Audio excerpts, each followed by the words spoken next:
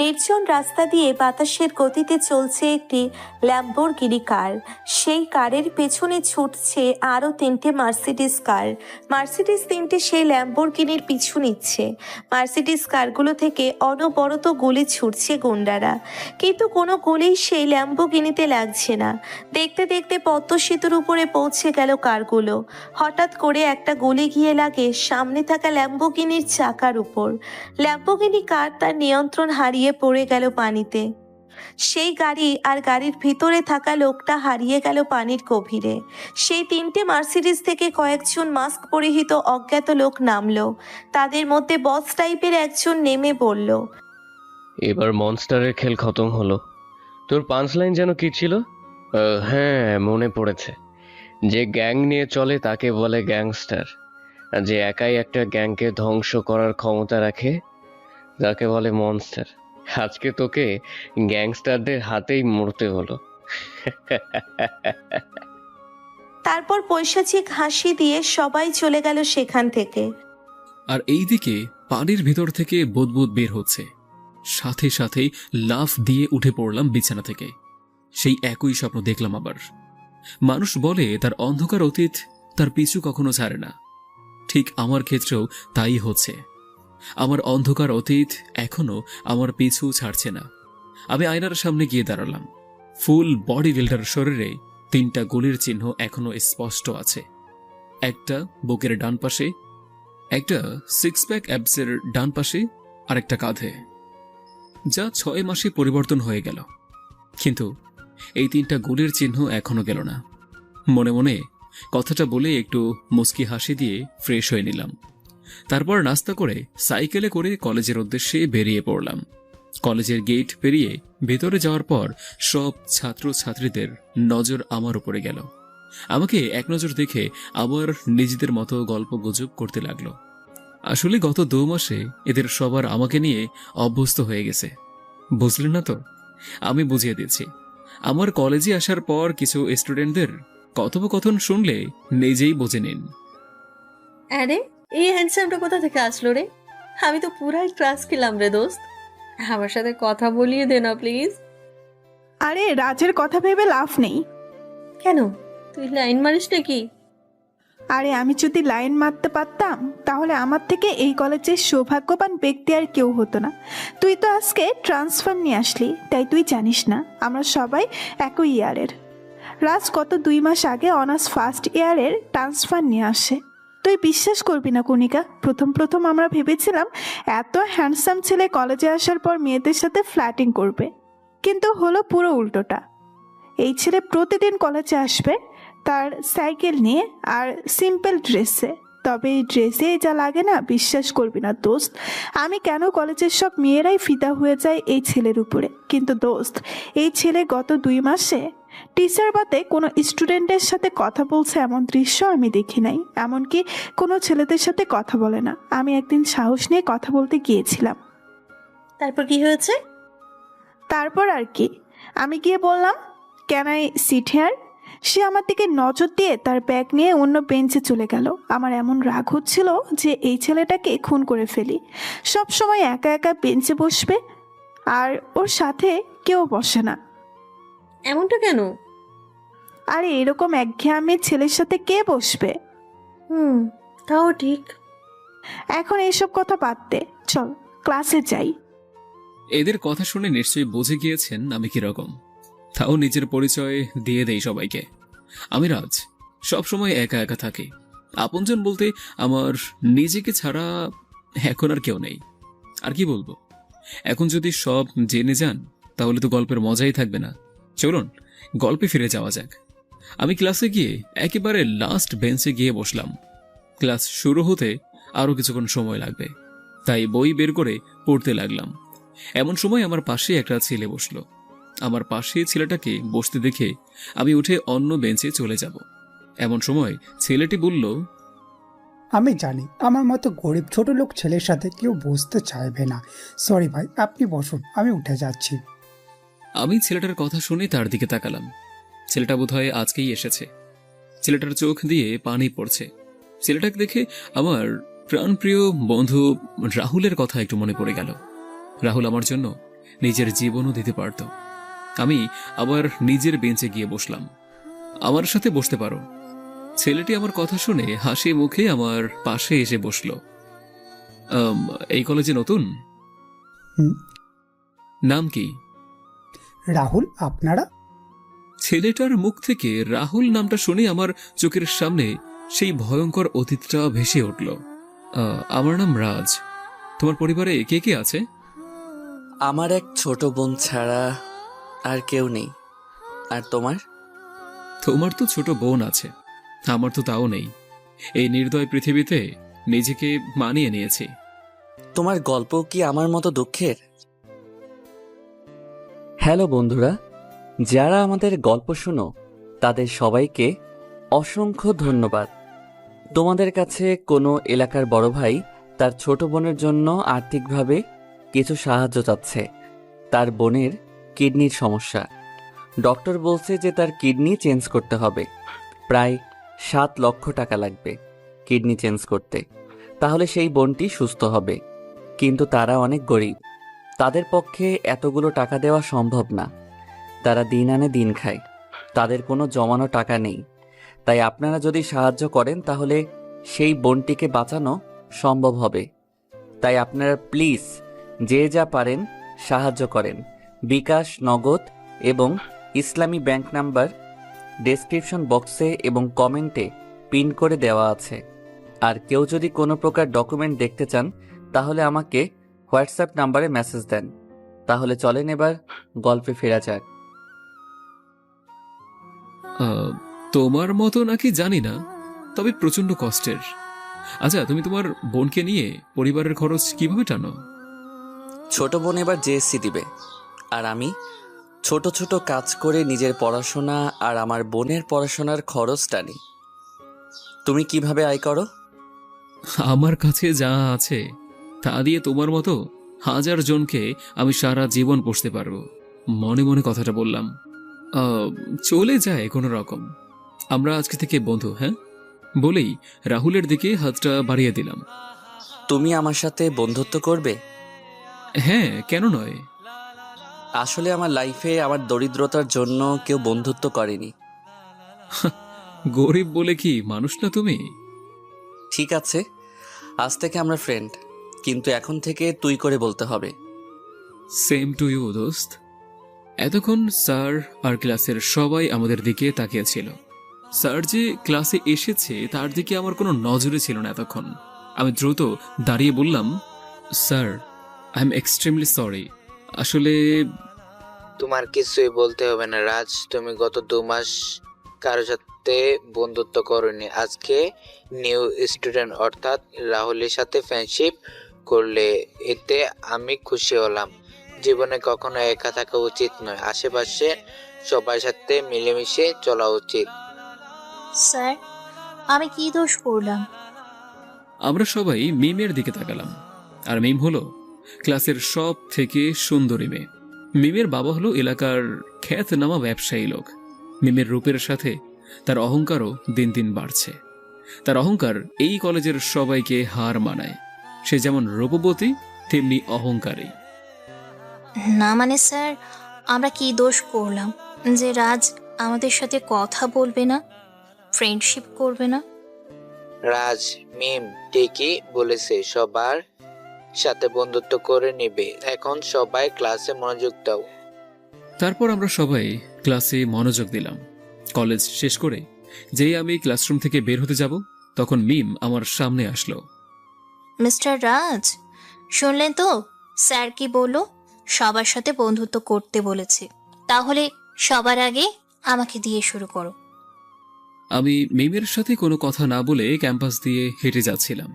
মিম আমার পিছনে পিছনে হাঁটছে। আমি সাইকেল নিয়ে কলেজ থেকে বেরিয়ে যাচ্ছিলাম। এমন সময় কারোর সাথে ধাক্কা খেয়ে দুজনেই পড়ে যাই। আমার উপরে সাইকেল পড়েছে, আর সামনে থাকা লোকটা উল্টো দিকে ঘুরে পড়েছে। চেহারা না দেখতে পেলেও বুঝতে পেরেছি যে এটা একটা মেয়ে। মেয়েটা মনে হয় রেগে গিয়েছে। সবাই আমাদের দিকে তাকিয়ে আছে। আমি দ্রুত করে সাইকেলটা নিয়ে দাঁড়িয়ে পড়লাম। মেয়েটা আমার দিকে না ঘুরেই দাঁড়িয়ে ধমক দিয়ে বলল, হেই স্টুপিড, চোখ কি টয়লেটের কমোডে রেখে এসেছেন নাকি? মেয়েটা আমার চেহারা দেখা মাত্রই থেমে গেল। আমিও মেয়েটাকে দেখে অনেকটা অবাক হলাম। এই তো তামান্না। আমি কিছু বুঝে ওঠার আগে তামান্না আমাকে জড়িয়ে ধরল। তামান্নার আমাকে জড়িয়ে ধরায় পুরো কলেজের সব মেয়েদের মনের ভিতর যেন একটা হতাশার ছায়া নেমে আসলো।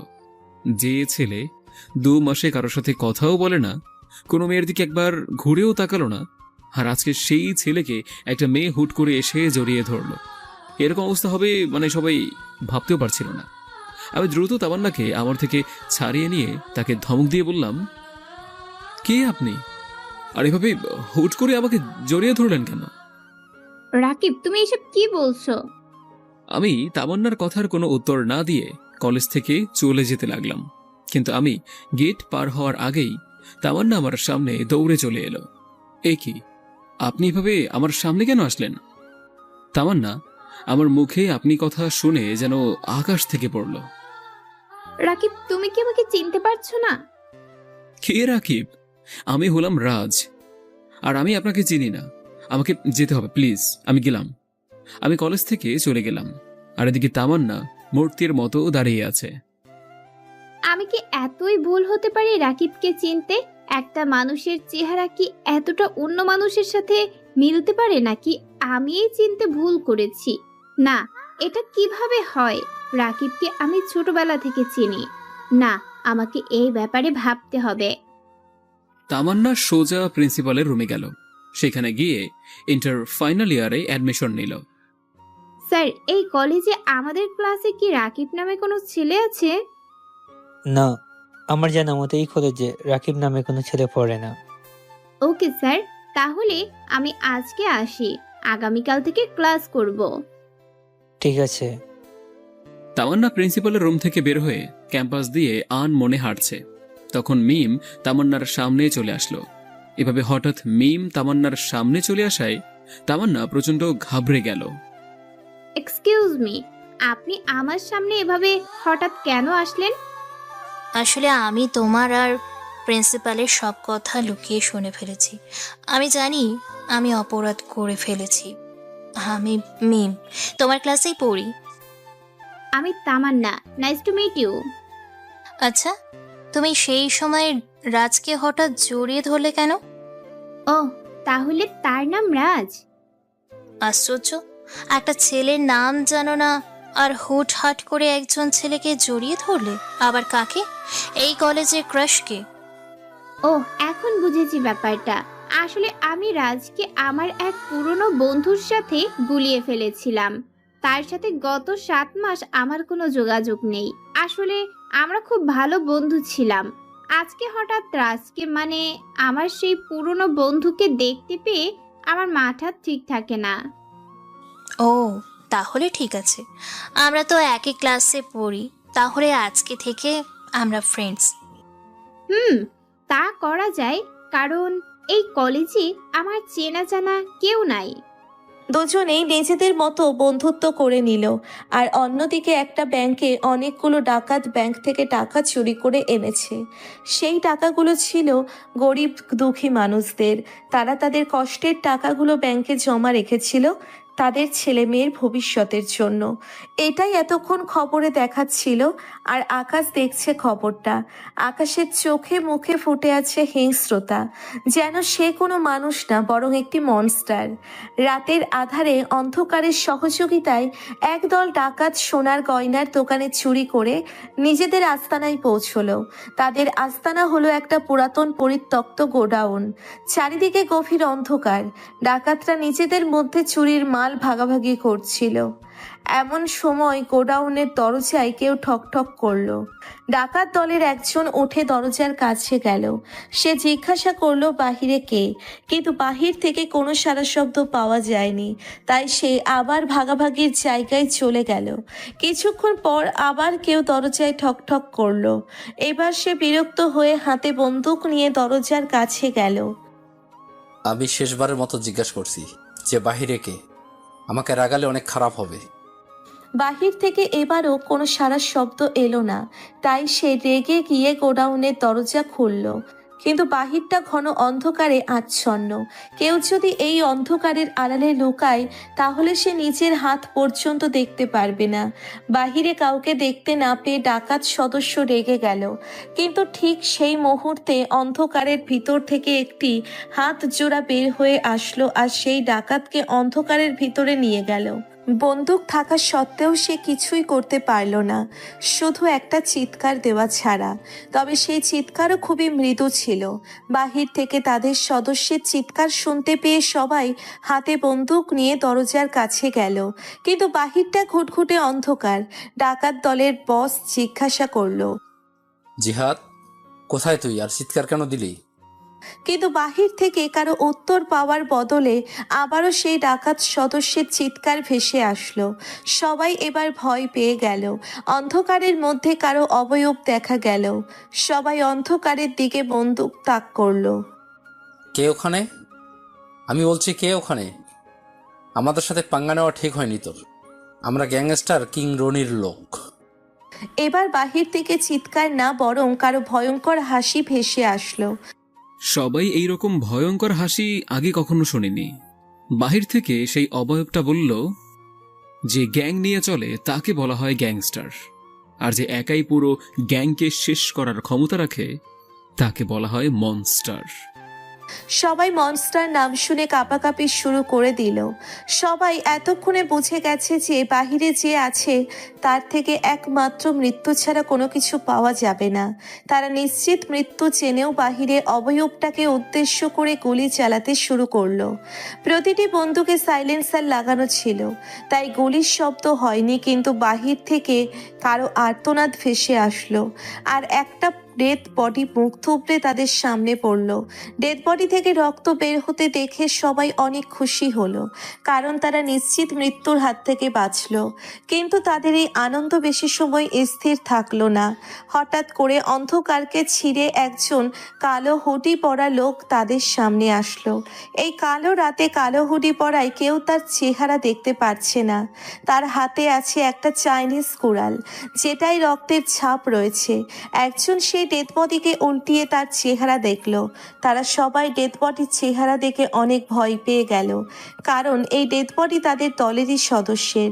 সবাই এলোপাথারি গুলি করতে শুরু করলো, কিন্তু সেই কালো হুডি পরা লোকটা অনেক দ্রুত অন্ধকারে চলে গেল। সবাই তাদের ফায়ারিং বন্ধ করতেই আবার অন্ধকার থেকে বের হয়ে আসে সেই কালো হুডি পরা লোকটা। এবার সে কাউকে কোনো সুযোগ না দিয়ে তার চাইনিজ কুড়ালটা দিয়ে সবার হাত পা শরীর থেকে আলাদা করতে লাগলো। সে এতই দ্রুত হাত পা কাটতে লাগলো, কেউ কিছু বুঝতে পারছে না। সবাই শুধু চিৎকারই দিল। পুরো গোডাউনে রক্তের বন্যা বইতে লাগলো। সবাইকে মারার কালো হুডি পড়া লোকটা ডাকাত দলের বসের কাছে গেল। বস তার একটা হাত হারিয়ে আর্তনাদ করছে। কে কে তুই? বসের গলা থেকে আওয়াজ বের হচ্ছে না ব্যথার কারণে। কালো হুডি পরা লোকটা তার মাথা থেকে হুডি সরালো। ডাকাত দলের বস সেই ভয়ঙ্কর খুনির চেহারা দেখে যেন আকাশ থেকে পড়ল। সে জানে মৃত্যু তার সামনে দাঁড়িয়ে আছে। ডাকাত দলের বসের গলা থেকে একটা আওয়াজই বের হলো, আর সেটা হলো মনস্টার। তারপর সে সেখানেই মারা গেল অতিরিক্ত রক্তক্ষরণের জন্যে। কালো হুডি পরা লোকটা সেখানে যাবতীয় সম্পদ তার সাথে করে নিয়ে গেল। সকালবেলায় পুরো শহরে গতকালকের রাতের ভয়াবহ ঘটনা ছড়িয়ে গেল। সব টিভিতে সবার লাশ দেখাচ্ছে লাইভে। পুলিশ অফিসারদের বড় বড় অফিসাররা ঘটনাস্থলে এসে কেসটা ইনভেস্টিগেশন করছে। সবার ক্ষত বিক্ষত দেহ দেখে সবাই ভয় পেয়ে গেছে। কেউ কেউ তো অজ্ঞান হয়ে গেছে। কেউ এই খুনের কুল কিনারা খুঁজে না পাওয়ায় এই কেসটা সিবিআই এর কাছে চলে যায়। সিবিআই এর সিনিয়র অফিসার জিশান ঘটনাস্থলে আসে। আসসালামু আলাইকুম স্যার, এই নিন কেসের ফাইল। ওয়ালাইকুম আসসালাম। কেসের ফাইল পরে দেখবো, আগে বলেন যে ডেড বডিগুলো আসল পরিচয় কি খুঁজে পেয়েছেন? ইয়েস স্যার, এরা সবাই দাগি আসামি। গতকাল একটা সোনার দোকানে চুরি করে এখানে লুকায়। তাছাড়া গত পরশু একটা ব্যাংক লুট করে এরা। তার মানে এরা অনেক বড় ক্রিমিনাল।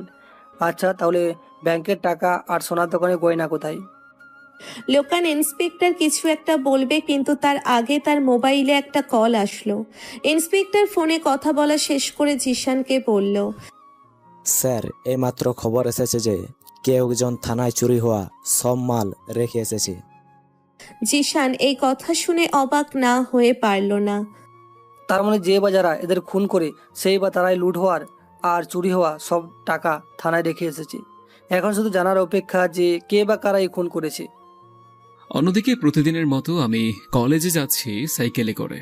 কলেজের গেটের সামনেই দেখা হলো রাহুলের সাথে। রাহুলকে দেখলেই আমার প্রাণপ্রিয় বন্ধু রাহুলের কথা মনে পড়ে যায়। কিরে দোস্ত, কেমন আছিস? আমি তো বিন্দাস আছি, তোর কি খবর? আমার আর খবর, বোনকে নিয়ে আছি কোনো মতে। তুই তো জানিস এই করোনার জন্য সবাই নিজেদের বাসায় বন্দি হয়ে রয়েছে। সেই কারণে আমার টিউশনি করাটাও বন্ধ হয়ে গেছে।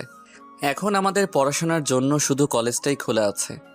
এখন বল আমি কি করব? আমি কিছুক্ষণ ভাবলাম, তারপর রাহুলকে বললাম, আরে চিন্তা করিস না, কলেজ ছুটির পর আমাকে তোদের বাসায় নিয়ে যাস, তোর বোনকেও দেখে আসব। আমার তো এই দুনিয়ায় কেউ নেই। আমি আর রাহুল ক্লাসে গেলাম। বরাবরের মতনই পিছনে বসলাম। ক্লাস শুরু হওয়ার আগে ক্লাসে তামান্না আর মিম একসাথে ক্লাসে ঢুকলো। এটা দেখে আমি একটু অবাক হলাম, কারণ মিম আর তামান্না একসাথে মানে আমার পরিচয় সবার সামনে চলে আসতে পারে। তামান্না ক্লাসে ঢোকার পর কিছুক্ষণ আমার দিকে তাকিয়ে থাকলো, হয়তো কিছু ভাবছে। ব্যাপারটা মিম খেয়াল করলো। আমার দিকে এভাবে তাকিয়ে থাকাটা মিমের ভালো লাগছে না, তাই সে তামান্নাকে হালকা একটু ধাক্কা দিল। তামান্না পড়ে যেতে গিয়েও পড়ল না। স্যার আসার পর তারা নিজেদের সিটে বসে গিয়েছে। আমি ক্লাস করছি নিজের মতো, কিন্তু কেন জানি বারবার আমার চোখ দুটো তামান্নার দিকে চলে যাচ্ছে। কেনই বা যাবে না? তামান্নাই তো আমার সব ছিল এক সময়। সেই কথা অন্য একদিন বলা হবে। অতঃপর সবাই ক্লাস থেকে বের হয়ে গেল। আমি আর রাহুল এখন কলেজ থেকে বের হয়ে রাহুলের বাসায় যাব। কলেজের মাঠ দিয়ে হাঁটছিলাম, আর মিম ও তামান্না আমার পিছে পিছে হাঁটছে। এমন সময় একটা পুলিশের জিপ গাড়ি আমার সামনে এসে থামল। পুলিশের গাড়ি থেকে বের হলো সিবিআই এর সিনিয়র অফিসার জিশান। এভাবেই পুলিশের গাড়ি হুট করে চলে আসায় সবাই একটু ভয় পেয়ে গেল, কিন্তু কারো একজনের মুখে ভয়ের ছাপ নেই। সেই একজন হলাম আমি। অফিসার জিশান গাড়ি থেকে নেমে বের হয়ে আমার দিকে আসতে লাগলো। আমি তো কোনো ক্লুই রাখিনি গতকাল, তাহলে পুলিশ আমার কাছে কেন আসছে? সবাইকে আশ্চর্য করে দিয়ে অফিসার জিশান আমার কাছে না এসে আমাকে পাশ কাটিয়ে মিমের কাছে চলে গেল। মিম অফিসার জিশানকে ভাইয়া বলে জড়িয়ে ধরল। আমার বুঝতে বাকি রইল না যে অফিসার জিশান মিমেরই ভাই হয়। ভাইয়া, তুমি এই শহরে কবে আসলে? তুমি তো অন্য শহরে ছিলে। আজকে আমি ট্রান্সফার হয়ে এখানে চলে এসেছি। এই শহরে গতকালে ভয়াবহ খুনের ঘটনা পুরো দেশকে নাড়িয়ে দিয়েছে, তাই উপর মহল থেকে এই কেসের দায়িত্ব আমাকে দিয়েছে। তুমি তো সব সময় কেস নিয়েই পড়ে থাকো, আর আজকে তোমার সময় এলো বোনের সাথে দেখা করার, তাও এসেছ কেসের ব্যাপারে। অফিসার জিশান হেসে দিল, তারপর আশেপাশে তাকালো। অফিসার জিশানের দৃষ্টি আমার দিকে গিয়ে আটকে গেল। অফিসার জিশান আমার দিকে এগিয়ে এলো, কিন্তু কেন আমি তা বুঝতে পারছি না। তোমাকে আমার চেনা চেনা লাগছে। তোমাকে কি আমি কখনো দেখেছি? তোমার নাম কি? আমাকে? না, আমি তো আপনাকে চিনি না। আমার নাম রাজ। আমি আপনাকে এই প্রথমবার দেখলাম। কিন্তু আমার ভুল হওয়ার কথা না। আমার মেমোরি অনেক স্পার। তোমার চোখের চশমা বাদ দিলে আর হেয়ার স্টাইল চেঞ্জ করলে আমি তোমাকে রাকিবের মতো লাগবে। রাকিবের নাম শুনে তামান্না চমকে গেল, সাথে মিমও চমকে উঠল, কারণ তামান্না আমাকে রাকিব মনে করেই গতকাল জড়িয়ে ধরেছিল। ভাইয়া, রাজ তো এই কলেজে আমাদের সাথেই পড়ে, একে তুমি কিভাবে চিনবে? তোদের সাথে পড়ে? তাহলে আমারই কোনো জায়গায় ভুল হয়েছে। ঠিক আছে, আমি যাই, পরে দেখা হবে। অফিসার জিশান চলে যাওয়ার পর আমিও রাহুলের সাথে তার বাসায় চলে যাই। আর ওইদিকে মিম ভাবছে যে কে এই রাকিব, যাকে সবাই আমার সাথে গুলিয়ে ফেলছে। কে রাজ? গতকাল রাজকে রাকিবের সাথে আমি গুলিয়ে ফেলেছিলাম, কিন্তু তাও আমার সন্দেহ থেকেই গেছিল, কারণ একটা মানুষের চেহারা আরেকজন মানুষের সাথে এতটাই কি মিলবে? কিন্তু আজকে অফিসার জিসান এসে আমার সন্দেহটাকে আরো গভীর করে দিল। আমাকে দেখতে হবে ব্যাপারটা। এইদিকে আমি রাহুলের সাথে তার বাসায় গেলাম। রাহুলের বাসাটা বস্তির ভিতরে। এত বড় কলেজের একজন ছাত্র যে বস্তিতে থাকে তা দেখে আমি হতবাগী হলাম একটু। রাহুল, তুই এই জায়গা থেকে ওইরকম নামি দামি কলেজে কিভাবে পড়িস? আমি জানি তুই এই রকম প্রশ্ন করবি। সবার মনে এই রকম প্রশ্ন আসাটাই স্বাভাবিক। আমি এতদিন স্কলারশিপে পড়ালেখা করছিলাম, কিন্তু স্কলারশিপের মেয়াদ শুধু এই কয়েকদিনের জন্য। ভবিষ্যতে কি হবে তা জানি না। তোকে এইসব নিয়ে ভাবতে হবে না। তুই চল এই গরিবের রাজমহলে। আমি রাহুলের ঘরের ভিতরে গেলাম। রাহুলের বোন পড়ছিল। দুই ভাই বোন কত কষ্ট করে আছে তা আমি বুঝতে পারলাম। রাহুলের বোনটা নোংরা জামাকাপড় পরে আছে। রাহুলকে দেখে রাহুলের বোন তার কাছে এসে জড়িয়ে ধরে। আমিও রাহুলের বোনকে আদর করি। অতঃপর রাহুলের বোনকে আমি আমাকে ভাইয়া বলে ডাকতে বলি। হিয়া, আজকে থেকে তোমার দুইটা ভাই, একটা রাহুল আরেকটা হলাম আমি। হিয়া রাহুলের দিকে তাকালো। রাহুল মাথা নেড়ে হ্যাঁ বোধক সম্মতি দিল। তারপর হিয়া আমাকে ভাইয়া বলে জড়িয়ে ধরে। তারপর আমি রাহুলকে বিদায় দিয়ে নিজের বাসায় চলে আসলাম। আজকে সত্যি মনটা ভালো হয়ে গেল হিয়ার সাথে দেখা হয়ে। আমারও যদি ওইরকম বোন থাকতো, আমারও যদি একটা পরিবার থাকতো, তাহলে কতই না ভালো হতো।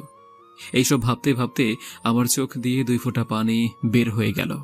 আজ থেকে রাহুল আর হিয়াই হচ্ছে আমার পরিবার। কিন্তু এইভাবে দুটো হাসি খুশি জীবন টাকার অভাবে আমি ঝরতে দেব না। সাথে সাথে এক জায়গায় ফোন দিলাম। ফোনে কিছুক্ষণ কথা বলে রেখে দিলাম ফোনটা। তারপর আমার মুখে ফুটে উঠল একটা প্রশান্তির হাসি। অন্যদিকে তামান্নার ফ্ল্যাটে তামান্না পৌঁছালো। তামান্না ফ্রেশ হয়ে টিভি চালু করলো। তখন খবরের চ্যানেলে সে গতকালকের সেই রাতের ভয়াবহ খুনের ব্যাপারটা জানতে পারল। এইরকম খুন অনেকদিন পরে দেখলাম। আর এইরকম খুন এই শহরে হয়েছে, তার মানে রাকিব এই শহরেই আছে। রাকিব, আমি তোমাকে অনেক ভালোবাসি। তুমি কখনো আমার মনের কথা বোঝোনি। গতবার কোথাও হারিয়ে গিয়েছিলে, কিন্তু এইবার আমি তোমাকে কোথাও যেতে দিব না। অন্যদিকে অফিসার জিশান তার হেডকোয়ার্টারে বসে আছে। তার সামনে টেবিলে পড়ে আছে গতকালকের খুনের ফাইল আর 1 বছর আগের দেশে হওয়া সকল খুনের ফাইল। এরকমভাবে সবার হাত পা শরীর থেকে আলাদা করে খুন করে মাত্র একজন, আর সে হলো অপরাধী জগতের মনস্টার। 1 বছর আগে যতগুলো খুন হয়েছে তার বেশিরভাগ খুন মনস্টার ওরফে রাকিব করেছে। কিন্তু গত 6 মাসে মনস্টার যেন কোথাও হারিয়ে গেছে। তাহলে মনস্টার কি আবার ফিরে এসেছি অপরাধ জগতে রাজ করার জন্য? না, আমাকে আটকাতে হবে তাকে। রাকিব, এবার আমি তোমাকে আটকাবো। Russian mafia, Chinese mafia, Korean don, Indian don, Pakistani terrorist ইত্যাদি আরও বিভিন্ন দেশের মাফিয়ারা বসে মিটিং করছে। তাদের সামনে বসে আছে এশিয়ার মাফিয়া কিং ব্রোশ। তোমরা হয়তো জানো না যে আমি কি জন্য তোমাদের এই জায়গায় ডেকেছি। আমার বয়স হয়ে গেছে। এখন আমার ক্ষমতা হস্তান্তর করার সময় হয়ে এসেছে। তোমাদের মধ্যে থেকেই আমি একজনকে এশিয়ান ডন বানাবো, যে এশিয়ার সব মাফিয়া ডন স্মাগলারদের উপর রাজ করবে। তোমাদের মধ্যে যে সব থেকে যোগ্য একমাত্র সেই এই ক্ষমতা পাবে। ব্রুশ এই বলে চেয়ার থেকে দাঁড়িয়ে গেল। তারপর সবার পেছন দিয়ে হেঁটে গিয়ে বারবার সবার আশেপাশে ঘুরতে থাকে। সবাই উৎসুক হয়ে আছে জানার জন্য যে কে তাদের মধ্য থেকে এশিয়ান ডন হবে। সবাই এশিয়ান ডন হতে চায়। ব্রুশ যেতে যেতে ড্রাগন গ্যাংয়ের বস শাকিলের কাছে গিয়ে থামে। আমি এশিয়ান ডন বানাবো ড্রাগন গ্যাংয়ের বস শাকিলকে। সে বাংলাদেশের সব পুলিশের চোখে ফাঁকি দিয়ে সব ধরনের অপরাধ করেছে। তাছাড়া পুরো পৃথিবীর সবচেয়ে ভয়ঙ্কর মাফিয়া কিং দ্য মনস্টারকে খুন করেছে। তাই আমার মধ্যে শাকিলই আমার পজিশনে বসার যোগ্য। শাকিলের জন্য সবাই হাততালি দিচ্ছে, কারণ সেই হবে তাদের নতুন বস। ঠিক সেই সময় ব্রুশের একজন লোক এসে তার কানে কিছু একটা বলল। এইমাত্র খবর পেলাম বাংলাদেশের শাকিলের গ্যাংয়ের লোকেদেরকেও মেরে ফেলেছে। সবাইকে ঠিক সেইভাবে মারা হয়েছে যেভাবে 6 মাস আগে মনস্টার সবাইকে মারত। সবার শরীর থেকে তাদের হাত পা আলাদা করা হয়েছে। এই কথা শুনে উপস্থিত সবাই ভয় পেয়ে গেছে, কারণ মনস্টার যদি বেঁচে থাকে তাহলে এখানে উপস্থিত আর কেউ বাঁচবে না। আমি নিজের চোখে মনস্টারকে মরতে দেখেছি। অন্য কেউ মনস্টারের খুন করার পদ্ধতি কপি করে খুন করেছে নিশ্চয়ই। হয়তো কেউ কপি করেছে, কিন্তু আমরা কেউ শিওর না। কিন্তু তুমি নিজের দেশে ফিরে যাও আর শিওর হয়ে নাও ব্যাপারটা। যদি অন্য কেউ খুন করে তাহলে তুমি ব্যাপারটা দেখবে, আর যদি সে মনস্টার হয় তাহলে আমরা সবাই এক হয়ে বাংলাদেশের উপর হামলা করব। শাকিল মাথা নেড়ে হ্যাঁ বোধক উত্তর দেয়। শাকিল রেগে গিয়ে নিজের গ্যাং নিয়ে দেশে ফিরে আসে।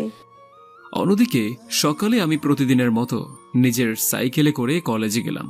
সেখানে গিয়ে আমি রাহুলকে অনেক হাসি খুশি দেখলাম। রাহুল আমার কাছে এসে আমাকে জড়িয়ে ধরল। কে রে দোস্ত, কি হয়েছে? আজকে হঠাৎ এত খুশি খুশি কেন লাগছে তোকে? আর এভাবে হুট করেই বা কেন জড়িয়ে ধরলি? দোস্ত, আজকে আমি সত্যি অনেক খুশি। তোকে বলেছিলাম না যে আমার স্কলারশিপের মেয়াদ কয়েকদিনে শেষ হয়ে যাবে, কিন্তু হঠাৎ আজকে প্রিন্সিপাল স্যার বলল একেবারে পড়াশোনা শেষ হওয়া পর্যন্ত আমি এই কলেজে ফ্রি পড়তে পারবো। স্যার কোনো কারণ তো বলল না। তবে যাই হোক, আজকে আমি অনেক খুশি। এটা তো খুবই খুশির খবর।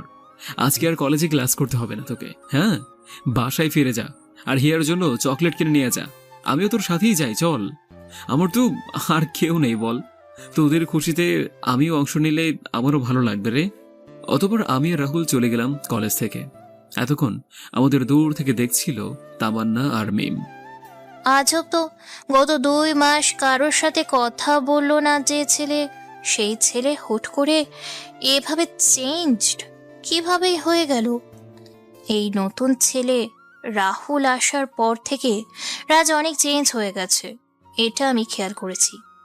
তামান্না রাহুলের নাম শুনে চমকে ওঠে। তুমি এইমাত্র কার নাম বললে রাহুল? হ্যাঁ, রাহুল। রাহুল এই কলেজে নতুন এসেছে, আর আসার পরপরই রাজের হাবা পাল্টে যায়। আগে যে সব সময় কোমরা মুখ করে বসে থাকতো, আজ সে এত খুশি কিভাবে? তামান্নার কানে রাহুলের নামটা বারবার বাজতে থাকে। রাহুল তো রাকিবের আর আমার সব থেকে ভালো বন্ধু ছিল। রাকিব রাহুলের মৃত্যুর পর থেকেই পাল্টে যায়, আর রাকিবও রাহুলের আসার পর থেকে পাল্টে যায়। তার মানে আমার সন্দেহটা কি ঠিক? রাহুল দোস্ত, আমাদের ছেড়ে তুই এত দূর চলে গেছিস যে তোর কাছে আমি যেতে পারবো না। কথাগুলো ভাবতে ভাবতে তামান্নার চোখ থেকে কয়েক ফোঁটা পানি গড়িয়ে পড়ল। এইদিকে রাহুল আর আমি রাহুলের বাসায় গেলাম। সেখানে গিয়ে রাহুল যা দেখল তাতে সে একেবারে ভেঙেই পড়েছে। রাহুলের সাথে তার বাসায় গিয়ে দেখি রাহুলের বাসার সব মালপত্র বাইরে পড়ে আছে। তাদের ঘর পুরোটাই ভেঙে ফেলেছে কেউ।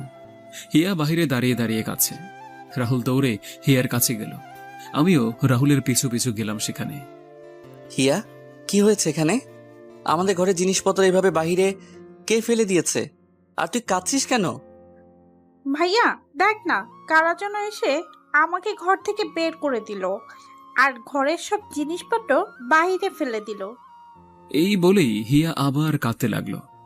আমি সেখানে থাকা একজন লোককে জিজ্ঞাসা করলাম, ভাই, এখানে কারা এসেছিল আর কেনই বা এইসব করেছে? আপনি কি কিছু জানেন? ভাই, এখানে ড্রাগন গ্যাংয়ের লোকজন এসেছিল। তারা এই বস্তিটা খালি করার হুমকি দিয়েছে। আর রাহুলের ঘরটা বস্তির শুরুতে হওয়ায় তার ঘর ভেঙে হুমকি দিয়ে গেছে। আমার এই কথাগুলো শুনে আমার মাথার রক্তটা টকবক করে ফুটতে শুরু করলো। আমি আমার হাতটা মুঠ করে রাখলাম। আমার চোখ যেন নিমেষেই লাল হয়ে গেল। আমি রাহুলের কাছে গেলাম। দোস্ত, তুই হিয়াকে নিয়ে আমার সাথে চল। কোথায় যাব? কোথায় যাবি মানে? আমার বাসায় যাবি? তোর এই বন্ধু থাকতে কিসের কষ্ট রে? হ্যাঁ, তা হয় না রে দোস্ত, তোকে কষ্ট কেন দিমু রে? আমাদের একটা না একটা ব্যবস্থা হয়ে যাবে। চুপ। তুই হিয়ার কথা কেন ভাবছিস না? হ্যাঁ, হিয়া শুধু তোর বোন না, সে আমারও বোন হয়। আমি হিয়াকে বোন মানি। আমি হিয়া আর রাহুলকে নিয়ে আমার বাসায় চলে আসলাম। সেখানে আগে থেকেই আলাদা রুম ছিল। রাহুল আর হিয়া আমার ফ্ল্যাট দেখে অনেক অবাক হলো। দোস্ত, তোর ইনকামের সোর্স কি? তুই তো একা থাকিস, আর তুই বলে এতিম। তাহলে তোর এত সুন্দর ফ্ল্যাট আর দামি আসবাবপত্র কিভাবে আসলো? দোস্ত, সময় হলে সবই জানতে পারবি। এখন আমি একটু বাইরে যাচ্ছি, হ্যাঁ, আমার একটা কাজ আছে। আর আসার সময় হোটেল থেকে খাবার আর তোদের জন্য ভালো জামা কাপড় এগুলো সব নিয়ে আসবো। আমি এই কথা বলেই বের হয়ে গেলাম। আমার এখন লক্ষ্য হলো ড্রাগন গ্যাং। ভাবতে ভাবতে চলে গেলাম এক অজানা গন্তব্যে। সিক্রেট গোডাউনে ড্রাগন গ্যাংয়ের কিছু মেম্বার্সরা বসে বসে নেশা করছে।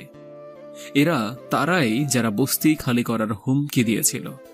হঠাৎ করে পুরো গোডাউন ধোঁয়ায় ভরে গেল। ধোঁয়ার জন্য কেউ পরিষ্কারভাবে কিছু দেখতে পাচ্ছে না। হঠাৎ তারা ধোঁয়ার মধ্যে কারো অবয়ব দেখতে পারল। তারা জিজ্ঞেস করলো যে কে আছে ওখানে, কিন্তু কোনো সাড়া পাচ্ছে না সেখান থেকে।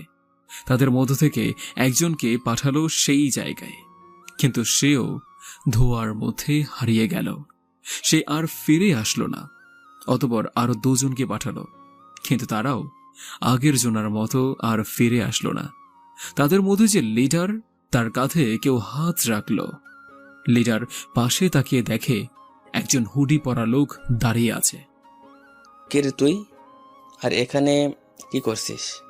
এবং আমার লোকদের কি করেছিস? আর সেই হুডি পরা লোকটা লিডারের চারপাশ দিয়ে ঘুরতে লাগলো আর বলতে লাগলো, আমি হলাম সে যে তোর ভাইকে মেরেছে। আমি হলাম সে যার ভয়ে তুই 6 মাস আগে দেশ থেকে পালিয়েছিলি। আমি হলাম সে যে তোর লোকদেরকে মেরেছে এই কিছুক্ষণ আগে। আমি হলাম সে যে এখন তোর মৃত্যু হয়ে তোর সামনে দাঁড়িয়ে আছে। লিডার রীতিমতো ঘামতে শুরু করলো। সে আশেপাশে তাকিয়ে দেখে তার বাকি লোকেরা আর তার পাশে কেউই নেই। হয়তো সবাই মারা গিয়েছে অথবা পালিয়ে গিয়েছে। মনস্টার, তুই এখনো বেঁচে আছিস? তখন আমি জোরে জোরে হাসতে শুরু করলাম। আমার হাসি এই নির্জন জায়গাটাকেও শব্দে ভরিয়ে দিল। লিডার দৌড়াতে শুরু করলো। সে গোডাউন থেকে বের হয়ে রাস্তায় আসলো। সে রীতিমতো হাঁপাচ্ছে। হঠাৎ তার কাঁধে কারো স্পর্শ। সে তাকিয়ে দেখে আমি দাঁড়িয়ে আছি। আমি তাকে কোনো কথা বলার সুযোগ না দিয়েই লিডারের মাথা তার শরীর থেকে আলাদা করে দেই আমার হাতে থাকা চাইনিজ কোরালটা দিয়ে। রাস্তায় কোনো লোকজন নেই এই লকডাউনের জন্য। আমি আবার বাসায় চলে গেলাম খাবার নিয়ে। কিরে দোস্ত, এতক্ষণ কোথায় ছিল আর এত দেরি কেন হলো? আর বলিস না, এই লকডাউনে কোনো হোটেল খোলা পাওয়াই মুশকিল হয়ে দাঁড়িয়েছে। কেন যে আমাদের কলেজটা খোলা আছে। রাহুল আমার কথায় হেসে দিল। এভাবেই হাসি তামাশায় চলে গেল আজকের দিনটা। পরের দিন শহরে আবারও ভেসে উঠল রক্তের ধোঁয়া। সবাই আতঙ্কে কেঁপে উঠল। সেই আগের মতো খুন হয়েছে সবার। কারো হাত শরীর থেকে আলাদা, কারো পা, আবার কারো মাথা। ইন্সপেক্টর জিশান ভালোভাবে কেসটা ইনভেস্টিগেশন করছে, তবে কোনো ক্লুই পাওয়া যাচ্ছে না। সাংবাদিকরা তাকে ঘিরে ধরেছে। স্যার, আপনি পরপর এই খুনের ব্যাপারে কি বলতে চান? জনগণ তো ভয় পেয়ে আছে। আপনারা কি খুনিকে ধরার চেষ্টা করছেন নাকি বসে আছেন? আপনাদের কি মনে হয় খুনি বেশি দিন পালিয়ে থাকতে পারবে? পারবে না। আইনের চোখকে কোনোদিন ফাঁকি দেওয়া যায় না। আপনার মনে হয় না খুনের ধরন একেবারে আলাদা? লাশগুলো দেখে মনে হয় কোনো হৃদয়হীন ব্যক্তি খুনগুলো করেছে। 6 মাস আগেও এভাবে খুন মাফিয়া কিং দা মস্টার করত, কিন্তু 6 মাস আগে তার কোনো খবর নেই। তাহলে কি সে আবার ফিরে এসেছে? দেশ জানতে চায় সে কি ফিরে এসেছে কিনা, কারণ তার ফিরে আসা মানে দেশে রক্তের বন্যা বয়ে যাওয়া। অফিসার জিহাদ চুপ হয়ে গেল, কারণ সাংবাদিকের বলা সব কথা একেবারেই ঠিক। এতক্ষণ খবর দেখছিল তামান্না নিজের ঘরে বসে। রাকিব, তুমি কি সত্যি আছো এই শহরে? থাকলে আমার সামনে কেন আসছো না? তোমাকে আমি ভালোবাসি আর আজীবন ভালোবাসবো। তামান্না মনে মনে কথাগুলো ভেবে ভেবে কলেজের উদ্দেশ্যে রওনা দিল। অফিসার জিশান নিজের অফিসে বসে আছে আর কেসের কথা ভাবছে। এমন সময় তার সহকারী ইমন দৌড়ে আসলো তার কেবিনে। এভাবে দৌড়ে আসা দেখে অফিসার জিশান ইমনকে জিজ্ঞাসা করল, কি হয়েছে ইমন? ইমন জিশানকে তার হাতে পাওয়া প্রমাণটা দেখালো। যা দেখে অফিসার জিশানের মুখে একটা হাসির রেখা ফুটে উঠল। প্রতিদিনের মতো আমি আর রাহুল ক্লাসে বসে আছি। এমন সময় মিম আমার কাছে আসলো। আমি মিমকে দেখেও না দেখার ভান করে বসে আছি। ক্লাসে স্যার আসতে এখনো অনেকটা দেরি আছে। রাজ, তুমি কি আমার মনের কথা বোঝো না? সারা কলেজ যেখানে আমার পিছনে ঘুরে, সেখানে আমি তোমার পিছনে পিছনে ঘুরি। আমি তোমাকে আগেও অনেকবার আমার মনের কথা বলেছি, কিন্তু তুমি পাত্তা দাওনি। এখন তোমাকে বলতে হবে, তোমার মনে আমার জন্য কি আছে। তামান্না মিমের পাশেই দাঁড়িয়ে আছে। সেও শুনতে চায় আমি কি উত্তর দেই। রাহুলও উৎসুক দৃষ্টিতে তাকিয়ে আছে আমার দিকে। সরি, আমি সবার নজরের জিনিস পছন্দ করি না। পরে সবাই নজর দিলে আমারই শরীর খারাপ হবে। আমার মুখ থেকে এই উত্তর শুনে মিম অপমান বোধ করল, আর রাহুল হেসে দিল। তামান্নাও কেন জানি খুশি হলো। মিম চলে গেল আমার সামনে থেকে। বরাবরের মতো কলেজ টাইম শেষ হওয়ার পর আমি আর রাহুল বের হলাম। মিম আর তামান্নাও আমার পিছু পিছু বের হয়েছে। আজকেও আমাদের সামনে একটা পুলিশের গাড়ি থামলো, যেখান থেকে অফিসার জিশান বের হলো। কিন্তু আগের দিনের মতো সে তার বোনের জন্য আসেনি, এসেছে অন্য এক কারণে, যা রহস্যই থেকে যাক। আমি আর রাহুল অফিসার জিশানকে পাশ কাটিয়ে চলে গেলাম। আমরা যেই জিশানের থেকে একটু দূরে যাব, তখন জিশান রাকিব বলে ডাক দিল। আমি থেমে গেলাম, পিছনে জিশানের দিকে তাকালাম। অফিসার জিশান আমার দিকে তাকিয়ে বলল, না না, আমি তোমাকে ডাকিনি, আমি আমার ড্রাইভারকে ডেকেছি। আমি একটা মুচকি হাসি দিয়ে চলে গেলাম। আমাকে রাকিব নামে ডাকায় মিম অবাক হলেও তামান্না আরো অবাক হয়েছে যখন আমি পিছনে ফিরে তাকিয়ে আছি। তামান্নার সন্দেহটা আরো গভীর হতে লাগলো। আমি নিজের রুমে এসে বসে আছি আর ল্যাপটপে কিছু কাজ করছি।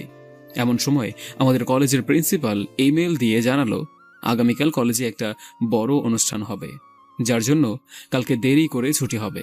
আমি রাহুলকে জানালাম ব্যাপারটা, কালকে বাসায় আসতে দেরি হবে। জেনে হিয়া বায়না করেছে যে কাল সে আমাদের সাথেই কলেজে যাবে। আমরা অজ্ঞতায় তার কথা মেনে নিলাম। অন্যদিকে ড্রাগন গ্যাংয়ের লিডার শাকিল বসে আছে তার বিলাসবহুল বাড়িতে, যেটা গুলশানে অবস্থিত। তার সামনে দাঁড়িয়ে আছে তার বেশ কিছু খবরি। কে আমার দলের লোকদের মারছে তার কি কোনো খবর পেয়েছিস? বস, আমরা শুধু এতটুকুই জানতে পেরেছি যে যারা মারা গেছে তাদের সাথে সম্প্রতি কোনো ঘটনা ঘটেনি, তারা তাদের মতো অপরাধ বাড়াচ্ছিল। শাকিল চুপ হয়ে গেল। তারপর কিছুক্ষণ ভেবে সে জিজ্ঞাসা করল, আমার হ্যাকার গ্যাংদের খবর দে। তারা যেন এই শহরের সব সিসিটিভি ক্যামেরা অ্যাক্সেস করে দেখে যে আলমগীরের মতো কেউ এই শহরে আছে কিনা, আর সব ডকুমেন্টে তার মতো দেখতে কেউ আছে কিনা তাও খবর রাখতে বল। আমি দ্রুত সব খবরাখবর চাই। খবরেরা নিজেদের কাজে চলে গেল। পরের দিন সকালে আমি আর রাহুল চলে গেলাম কলেজের উদ্দেশ্যে। প্রতিদিনের মতোই এসে গিয়েছি, সাথে আছে হিয়া। আজ কলেজকে অনেক সুন্দর করে সাজানো হয়েছে। কলেজে ভিড় হয়ে গেল সব ছাত্র ছাত্রীতে। আজকে কলেজে মন্ত্রী সাহেব আসবে, সেই জন্য ক্লাসও হবে না। চারদিকে পুলিশ আর আর্মি গার্ড দিচ্ছে। এদিকে আমি, রাহুল আর হিয়া মাঝের সারিতে সিটে বসে পড়লাম। আমাদের পেছনে বসে আছে মিম আর তামান্না। বুঝি না এদের কি আমার পিছু পিছু ছাড়া কি আর কোথাও জায়গা মেলে না?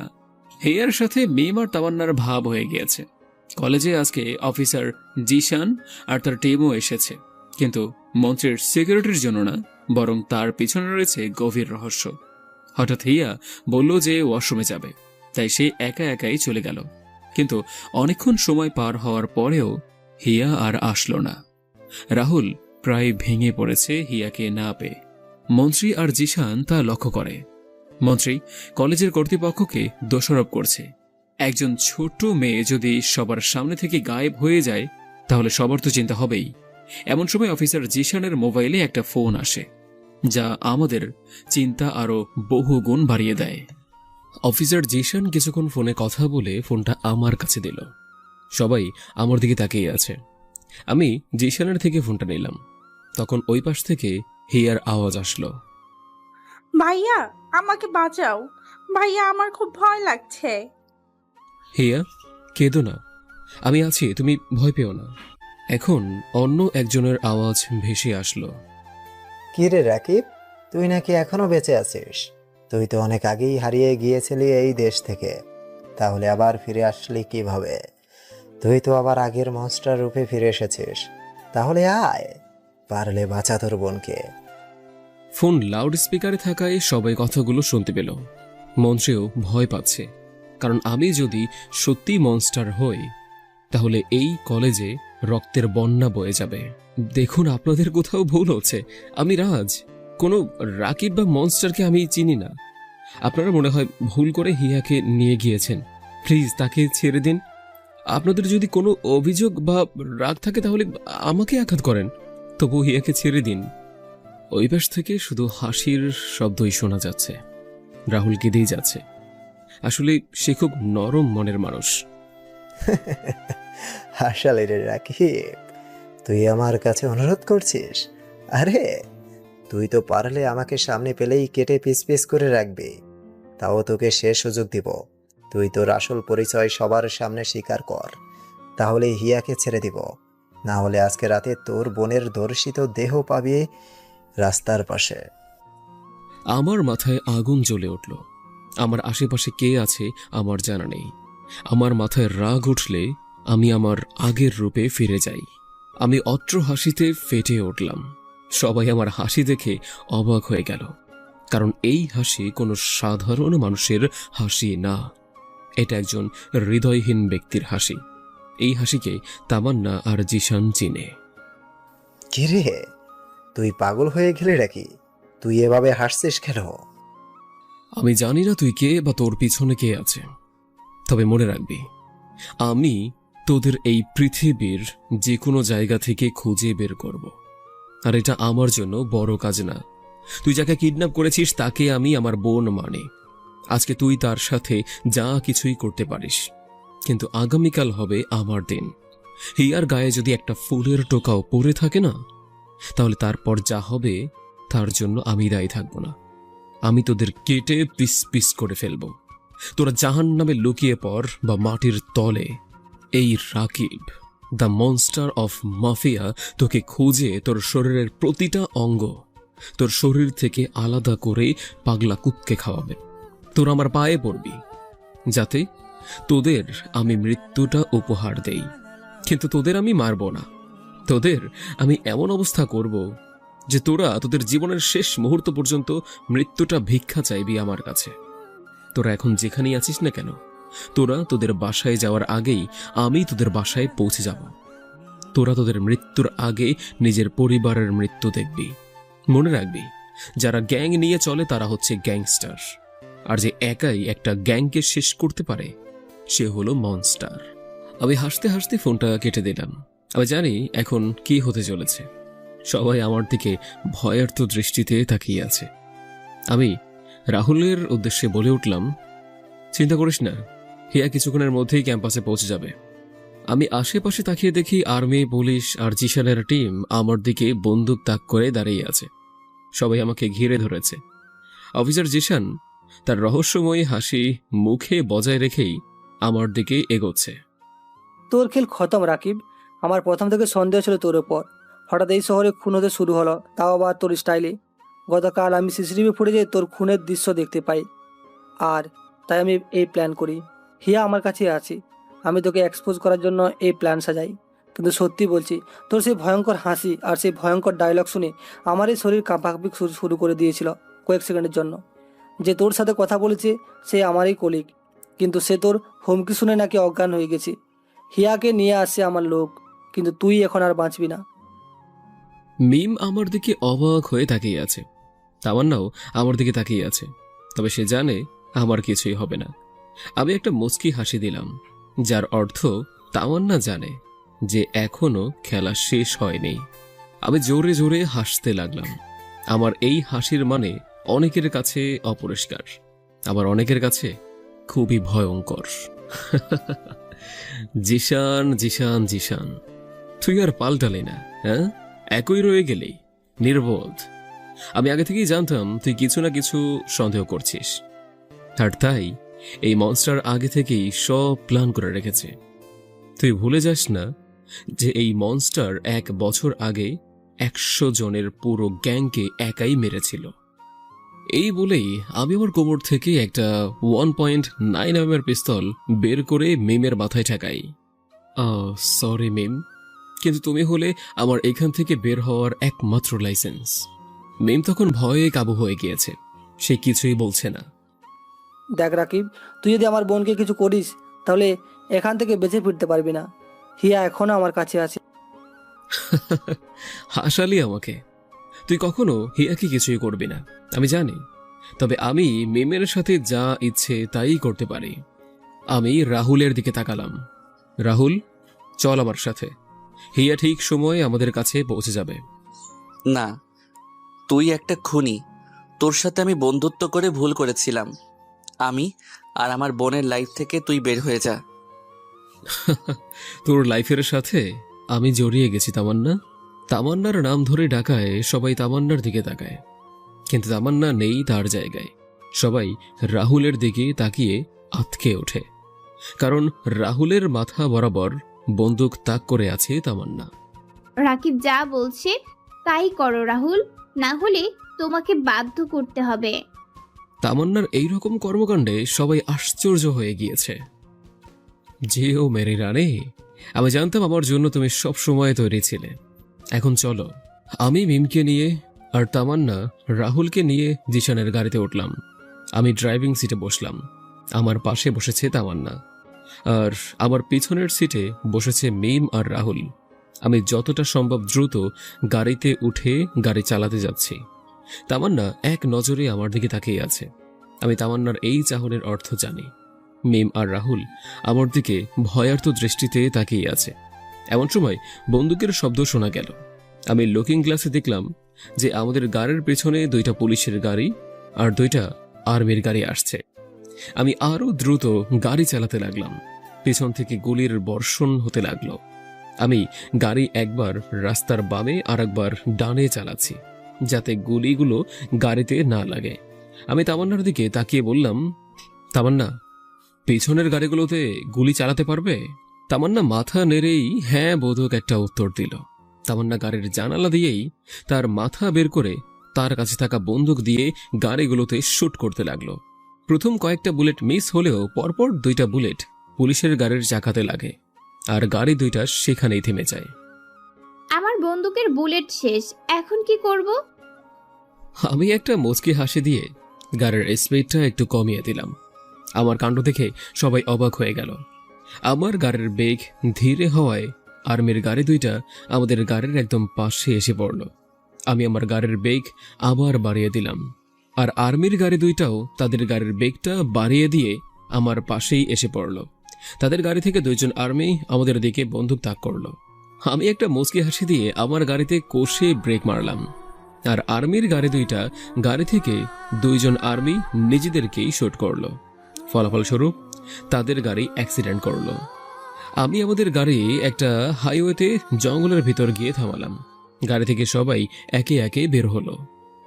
আমি সেই আগের মতো তোমাদের বন্ধুই হই, তাই আমাকে দেখে ভয় পাওয়ার কিছু হয়নি। আমি আগের মতোই আছি। না, তুই আগের মতো আর নেই। তুই ছিলি আমাদের শান্তশিষ্ট বন্ধু, কিন্তু আজকে সকাল থেকে যা হচ্ছে আমি কিছুই বুঝতে পারছি না। মিম আর রাহুল, আজকে আমি সবাইকে সবকিছু খুলে বলবো। আমি গাড়ি থেকে কিছুটা দূরে গেলাম, তারপর আমার কোমর থেকে বন্দুকটা বের করে তামান্নার দিকে তাক করলাম। সবাই ভয় পেয়ে গেল। রাকিব, তুমি কি করছো? আমাকে কেন মারবে? আমি তো তোমার সাথেই আছি। আমি একটা মুচকি হাসি দিয়ে তামান্নাকে শুট করলাম। সবাই সবার চোখ বন্ধ করে ফেলল। একটা গুলি চলার শব্দ শোনা গেল। রাহুল আর মিম চোখ খুলে তামান্নার দিকে তাকালো। তামান্না নিজের চোখ খুলে নিজের শরীরের দিকে তাকিয়ে দেখলো তার কোনো গুলিই লাগেনি। সবাই আমার দিকে তাকিয়ে দেখে আমি মুচকি মুচকি হাসছি। তামান্না, তুমি তোমার পিছনে দেখো। তামান্না পিছনে তাকিয়ে দেখে তার পিছনে একজন লোকের নিথর দেহটা পড়ে আছে মাটিতে, এবং তার কপালে গুলির চিহ্ন, যেখান থেকে রক্ত বের হচ্ছে। জঙ্গলের ঝোপঝাড় থেকে তখনই আরও অনেক গুন্ডা টাইপের লোক বের হলো। তামান্না, সবাইকে নিয়ে গাড়ির ভিতরে যাও, আর আমি বলা না পর্যন্ত গাড়ি থেকে বের হবে না। সবাই গাড়ির ভিতরে গিয়ে বসলো। আশেপাশে যত কুত্তা আমাকে মারতে এসেছিস সবাই বের হ। পিছন থেকে হামলা করা লোক কিন্তু আমি পছন্দ করি না। মরতে হলে সিংহের মতো মরবি, কুত্তার মতো না। আশেপাশে থেকে কমপক্ষে 50 জনের একটা টিম বের হলো। তাদের সামনে লিডারের মতো একজন দাঁড়ালো, যাকে আমার চিনতে একটু অসুবিধা হলো না।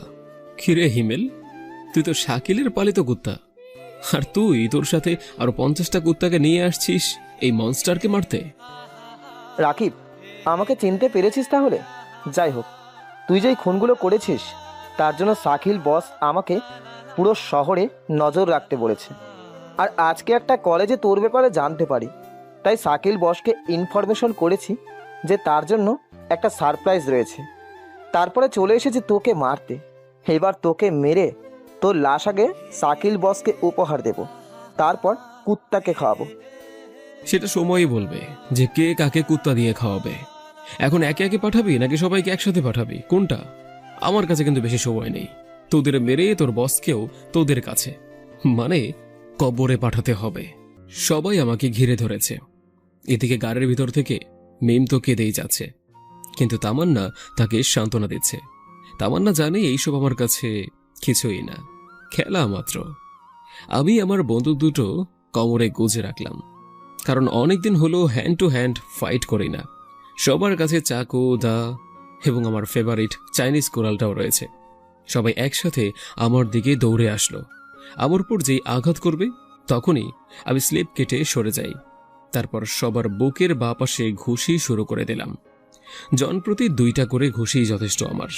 আমি জানি মানুষের কোন জায়গায় আঘাত করলে মানুষের মৃত্যু হতে দেরি লাগবে না। আমাকে মনস্টার এমনিতেই বলেনি। একে একে প্রায় সবাইকে কোপকাত করে ফেলেছি। এখন আর 10 জনের মতো ফাইট করার অবস্থায় রয়েছে। এমন সময় মাথার পিছনে প্রচণ্ড জোরে আঘাত পেলাম। আমি পিছনে তাকিয়ে দেখি হিমেল দাঁড়িয়ে আছে। তার হাতে আছে একটা লোহার পাইপ। আমি বলেছিলাম না কুত্তার মতো পিছন থেকে আঘাত করবি না? তুই প্রমাণ করে দিলি যে তুই সত্যিই একটা কুত্তা। আমি আর কিছু বলতে পারলাম না, কারণ ততক্ষণে সেই বাকি 10 জনের থেকে একজন আমার পিঠে চাইনিজ কোরাল দিয়ে আঘাত করেছে। আমার রক্তাক্ত দেহটা মাটিতে লুটিয়ে পড়ল। এবার তামান্নাও ভয় পেয়ে গেল, সেও কাঁদতে লাগলো। রাহুলের চোখ থেকে অবিরাম পানি ঝরছে। রাহুল কাঁদছে কারণ আমি যেরকমই হই না কেন, আমি যে তার বন্ধু, প্রাণপ্রিয় বন্ধু। সালার বিশ্বাস নেই, তোরা একে মেরে ফেল, তবে তিলে তিলে মারবি। একেবারে মেরে ফেললে মজা পাবো না। তবে মনে রাখবি, এই সালা যদি বেঁচে যায় তাহলে আমার কিছুই করতে হবে না। রাকিব নিজেই তোদের কেটে কেটে পিস পিস করে ফেলবে। 10 জন মিলে আমাকে পা দিয়ে আঘাত করতে লাগলো। হিমেল পৈচাসিক হাসি দিয়ে আমার গাড়ির দিকে এগোতে শুরু করলো।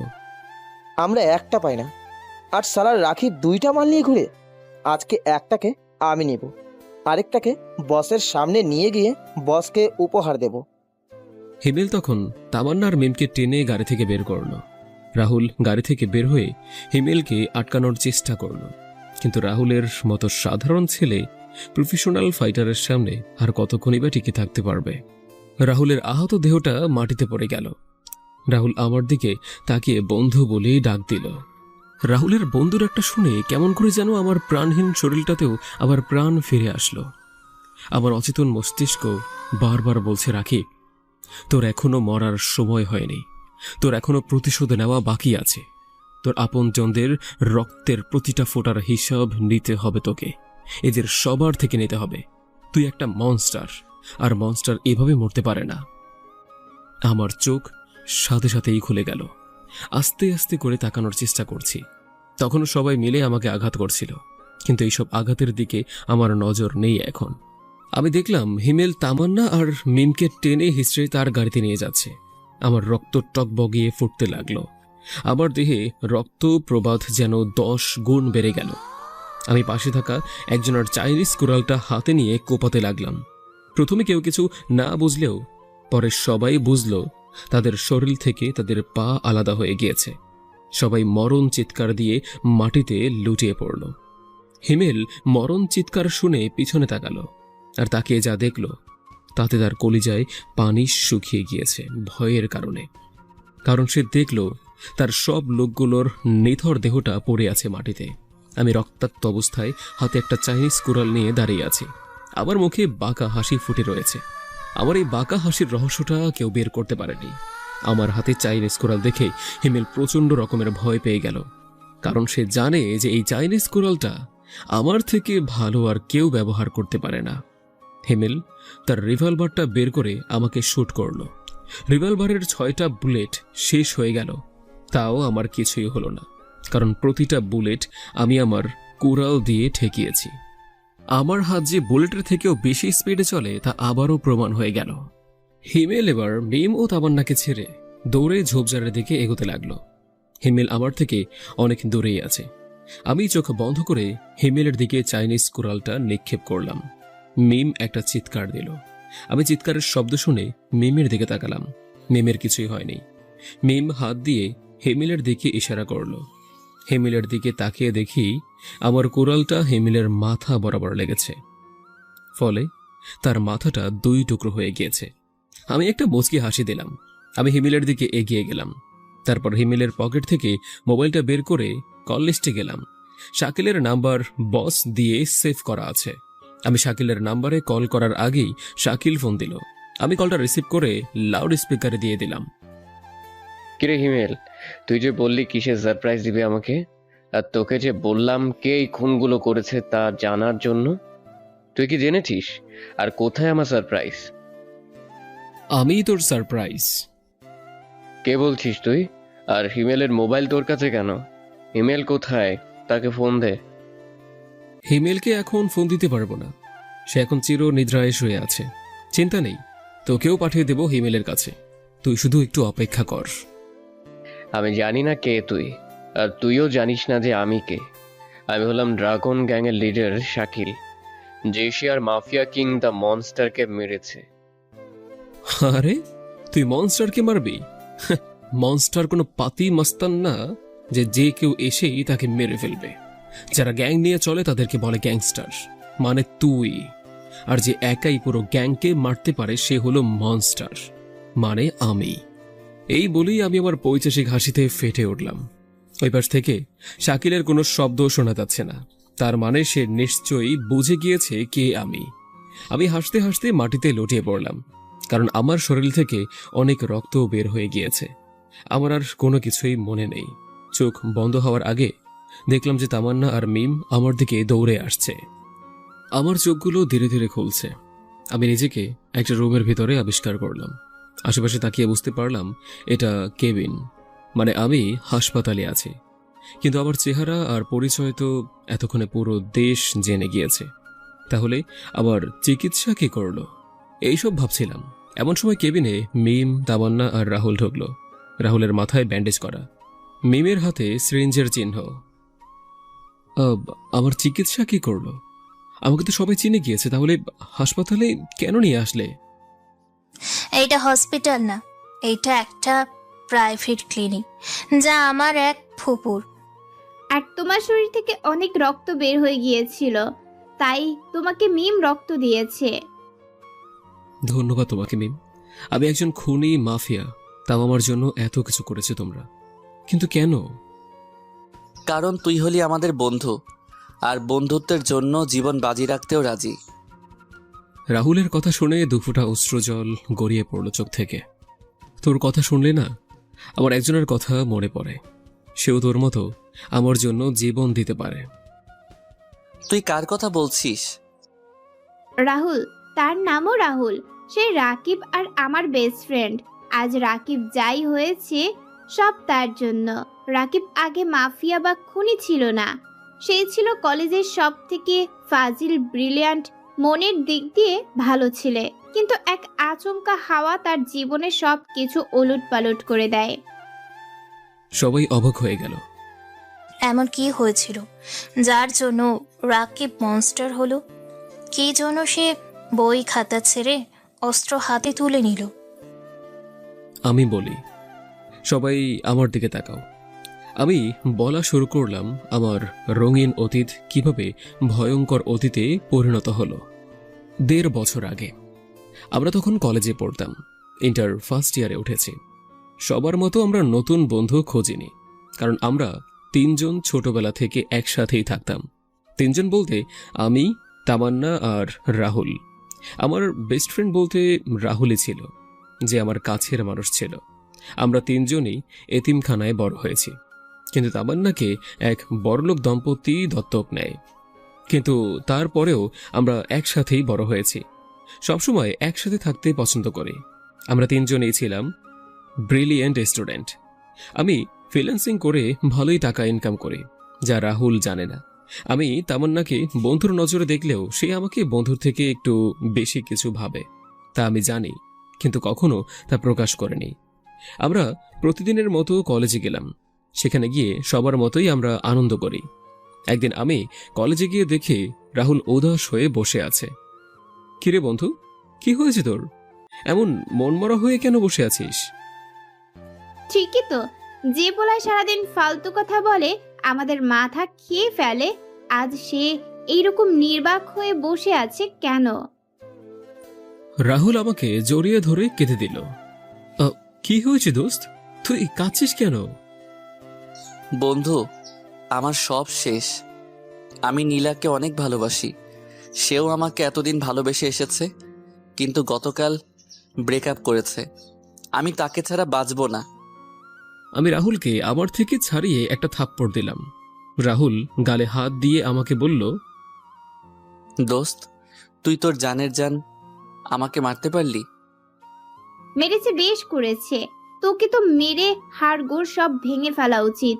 তুই 2 দিনের একটা মেয়ের জন্য আমাদের ছেড়ে তুই চলে যাবি? আর কোন মেয়ের এত বড় সাহস যে আমাদের কিউটের ডিব্বা দোস্তকে ঠকিয়েছে? তার নাম নীলা, সে আমাদের এই কলেজের প্রিন্সিপাল ম্যাডামের মেয়ে। আমি আর তামান্না একে অপরের মুখের দিকে তাকালাম। তারপর রাহুলকে ধমকের স্বরে বললাম, খুব শালা, আর কোনো মেয়ে পেলি না? শেষ পর্যন্ত ওই লেডি হিটলারের মেয়েকেই ভালোবাসতে হলো তোকে। তুই কি এখন আমাকে বকবি? ওই মেয়ের কোনো ব্যবস্থা করবি না? আরে কি কস, কেন করব না? অবশ্যই করব। সেই মেয়েকে যদি আমি তার নানির নাম মনে না করিয়ে দেই, তাহলে আমার নামও রাকিব না। রাকিব, তুমি কিছু ভেবেছো? আমি মনে মনে কিছু একটা ভেবে নিলাম। তারপর আমার বিখ্যাত সেই রহস্যময়ী হাসি দিলাম। এই হাসির মানে তামান্না আর রাহুল না জানলেও এটা বুঝে গিয়েছে যে আমার মাথায় কোনো বুদ্ধি এসেছে। রাত 11টা বাজে। রাহুলকে প্রিন্সিপাল ম্যামের বাসার সামনে অপেক্ষা করতে বললাম। রাহুল বাসার সামনের বেঞ্চে বসে আছে। এমন সময় সে তামান্নাকে আসতে দেখল। কিরে, তোর আসতে এত দেরি হলো কেন? আর রাকিবই বা কোথায়? আমি তোমাদের মতো ছেলে না যে এত রাতে একা আসার পারমিশন ফ্ল্যাটের দারোয়ান দিবে। আর রাকিব ফোনে বলল যে সে নাকি আসছে। তাদের কথা বলার মাঝেই আমি এসে পড়লাম। কিরে, তোর আসতে এত দেরি হলো কেন? আর তোর হাতের থলিতে কি আছে? আমি একটা বাঁকা হাসি দিয়ে থলিটা খুললাম। তারপর সেখান থেকে আমি অনেকগুলো বড় বড় পাথর বের করলাম। কিন্তু এই পাথর দিয়ে আমরা কি করব? বলবো না, দেখাবো। প্রিন্সিপাল ম্যাডামের বাড়িটা হচ্ছে দোতলা, আর দোতলার বারান্দাযুক্ত রুমটাই হচ্ছে প্রিন্সিপাল ম্যাডামের মেয়ের রুম, যা রাহুল আমাকে বলেছে। আমি একটা পাথর নিয়ে বারান্দার জানালার দিকে ছুঁড়ে মারলাম। নির্ভুল নিশানা, সোজা গিয়ে জানালায় লাগলো পাথরটা। আর যে জায়গায় লেগেছে সেই জায়গাটা ভেঙে গিয়েছে। আমি একটা শয়তানি হাসি দিয়ে পাথরের থালিটা তামান্না আর রাহুলের দিকে এগিয়ে দিলাম। তারাও হাতে পাথর নিয়ে জানালার দিকে ছুঁড়ে মারল। কচকচ করে জানালা ভেঙে গেল। আমি আরেকটা পাথর ছুঁড়ে মারলাম, কিন্তু তখনই বারান্দার দরজা খুলে প্রিন্সিপাল ম্যাডাম বের হয়ে আসলো, আর পাথরটা প্রিন্সিপাল ম্যাডামের মাথায় গিয়ে লাগলো। দোস্ত, এ কি করলি? এখন তো আমরা শেষ। আমি কি করব? তুই না বললি এটা নীলার রুম, তাহলে প্রিন্সিপাল ম্যাডাম কেন বের হয়ে আসলো? প্রিন্সিপাল ম্যাম আমাদের দেখে ফেলল। ম্যাডাম, আমাদের ভয় দেখিয়ে লাভ নেই, আপনার মেয়েকে বোঝান। সে আমার এই নিষ্পাপ বন্ধুর মন নিয়ে খেলেছে। সে আমার বন্ধুকে এতদিন ব্যবহার করে এখন কাগজের মতো ছুঁড়ে ফেলে দিয়েছে। আজকে এর একটা বিহিত করতেই হবে, আর তা করবেন ম্যাম আপনি। আমি এক বুক সাহস নিয়ে কথাটা বললাম। অতঃপর প্রিন্সিপাল ম্যাম তার মেয়েকে ডাকল। নীলা, রাকিব কি বলছে? তুমি নাকি রাহুলের সাথে প্রেমের নাটক করেছো? রাহুল নীলাকে দেখে আমার কানে কানে বলল, দোস্ত, একটা ভুল হয়ে গেছে। এই সেই নীলা না যে আমাকে ধোকা দিয়েছে? তার মানে সে আমাকে তার মিথ্যা পরিচয় দিয়েছে। রাহুলের কথা শুনে আমি আকাশ থেকে পড়লাম। নীলা রাহুলের দিকে তাকিয়ে বলল, না আম্মু, আমি তো রাহুলকে ঠিকমতো চিনিও না। প্রিন্সিপাল ম্যাম এবার আমাদের দিকে তাকালো। সে কিছু বলবে, তার আগেই সে চমকে গেল, কারণ সেখানে কেউ নেই। নীলার কথা শেষ হওয়ার আগেই আমরা পালিয়ে গিয়েছি সেখান থেকে। আমরা তিনজন নির্জন রাস্তা দিয়ে হাঁটছি। হাদারাম, আগে শিওর তো হয়ে নিবি কে আসলো। নীলা, তোর নীলার চক্করে আজকে আমরা ফেসে গেলাম। আরে আমি কি করে জানবো যে ওই মেয়ে আমাকে ভুল পরিচয় দিবে? এখন কি করব? প্রিন্সিপাল ম্যাডাম তো আগামীকাল আমাদেরকে কলেজ থেকে বের করে দিবে। তখন আমাদের হাতে আর কিছুই করার থাকবে না। দোস্ত, তুই কিছু একটা কর। এখন আমিই করব। সবসময় যখন আমিই করি, তখন এবারও আমিই কিছু করব। আমি একটা বেঞ্চে বসে পড়লাম, তারপর ভাবতে লাগলাম। একসময় আমার মুখে সেই বিখ্যাত রহস্যময়ী বাঁকা হাসিটা ফুটে উঠল। আমার এই হাসির মানে এই দুইজন জানে। তুমি কোনো আইডিয়া খুঁজে পেয়েছো, তাই না? আগামীকাল থেকে আমাদের কলেজে গ্রীষ্মের বন্ধ শুরু হবে, তো আমরা আগামীকাল কলেজ যাব না। কলেজ খোলার পর একটা অজুহাত দেবনি লেডি হিটলারকে। কিন্তু লেডি হিটলার যদি আমাদের বিরুদ্ধে পুলিশ কেস করে, তাহলে কি করব? আমাদের তো পুলিশ ধরে নিয়ে যাবে। পুলিশ আমাদের তখনই ধরবে যখন আমরা এই এলাকাতে থাকব। আমরা এই এলাকা থেকেই চলে যাব কয়েকদিনের জন্য। অনেক ভালো বুদ্ধি, কিন্তু আমরা যাব কোথায়? কয়েকদিন বান্দরবনে ঘুরতে গেলে কেমন হবে? বুদ্ধি খারাপ না, তবে ঘুরতে গেলে তো অনেক টাকা লাগবে। এত টাকা কোথায় পাবো আমরা? আরে টাকার বিষয়ে তোকে ভাবতে হবে না। আমি আম্মু আব্বুকে বলে তারা সব ব্যবস্থা করে দিবে। তাহলে তো আর কোনো সমস্যাই নেই। আগামীকালই আমরা রওনা দেব। পরের দিন ভোরবেলাতেই আমরা এলাকা ছেড়ে চলে যাই।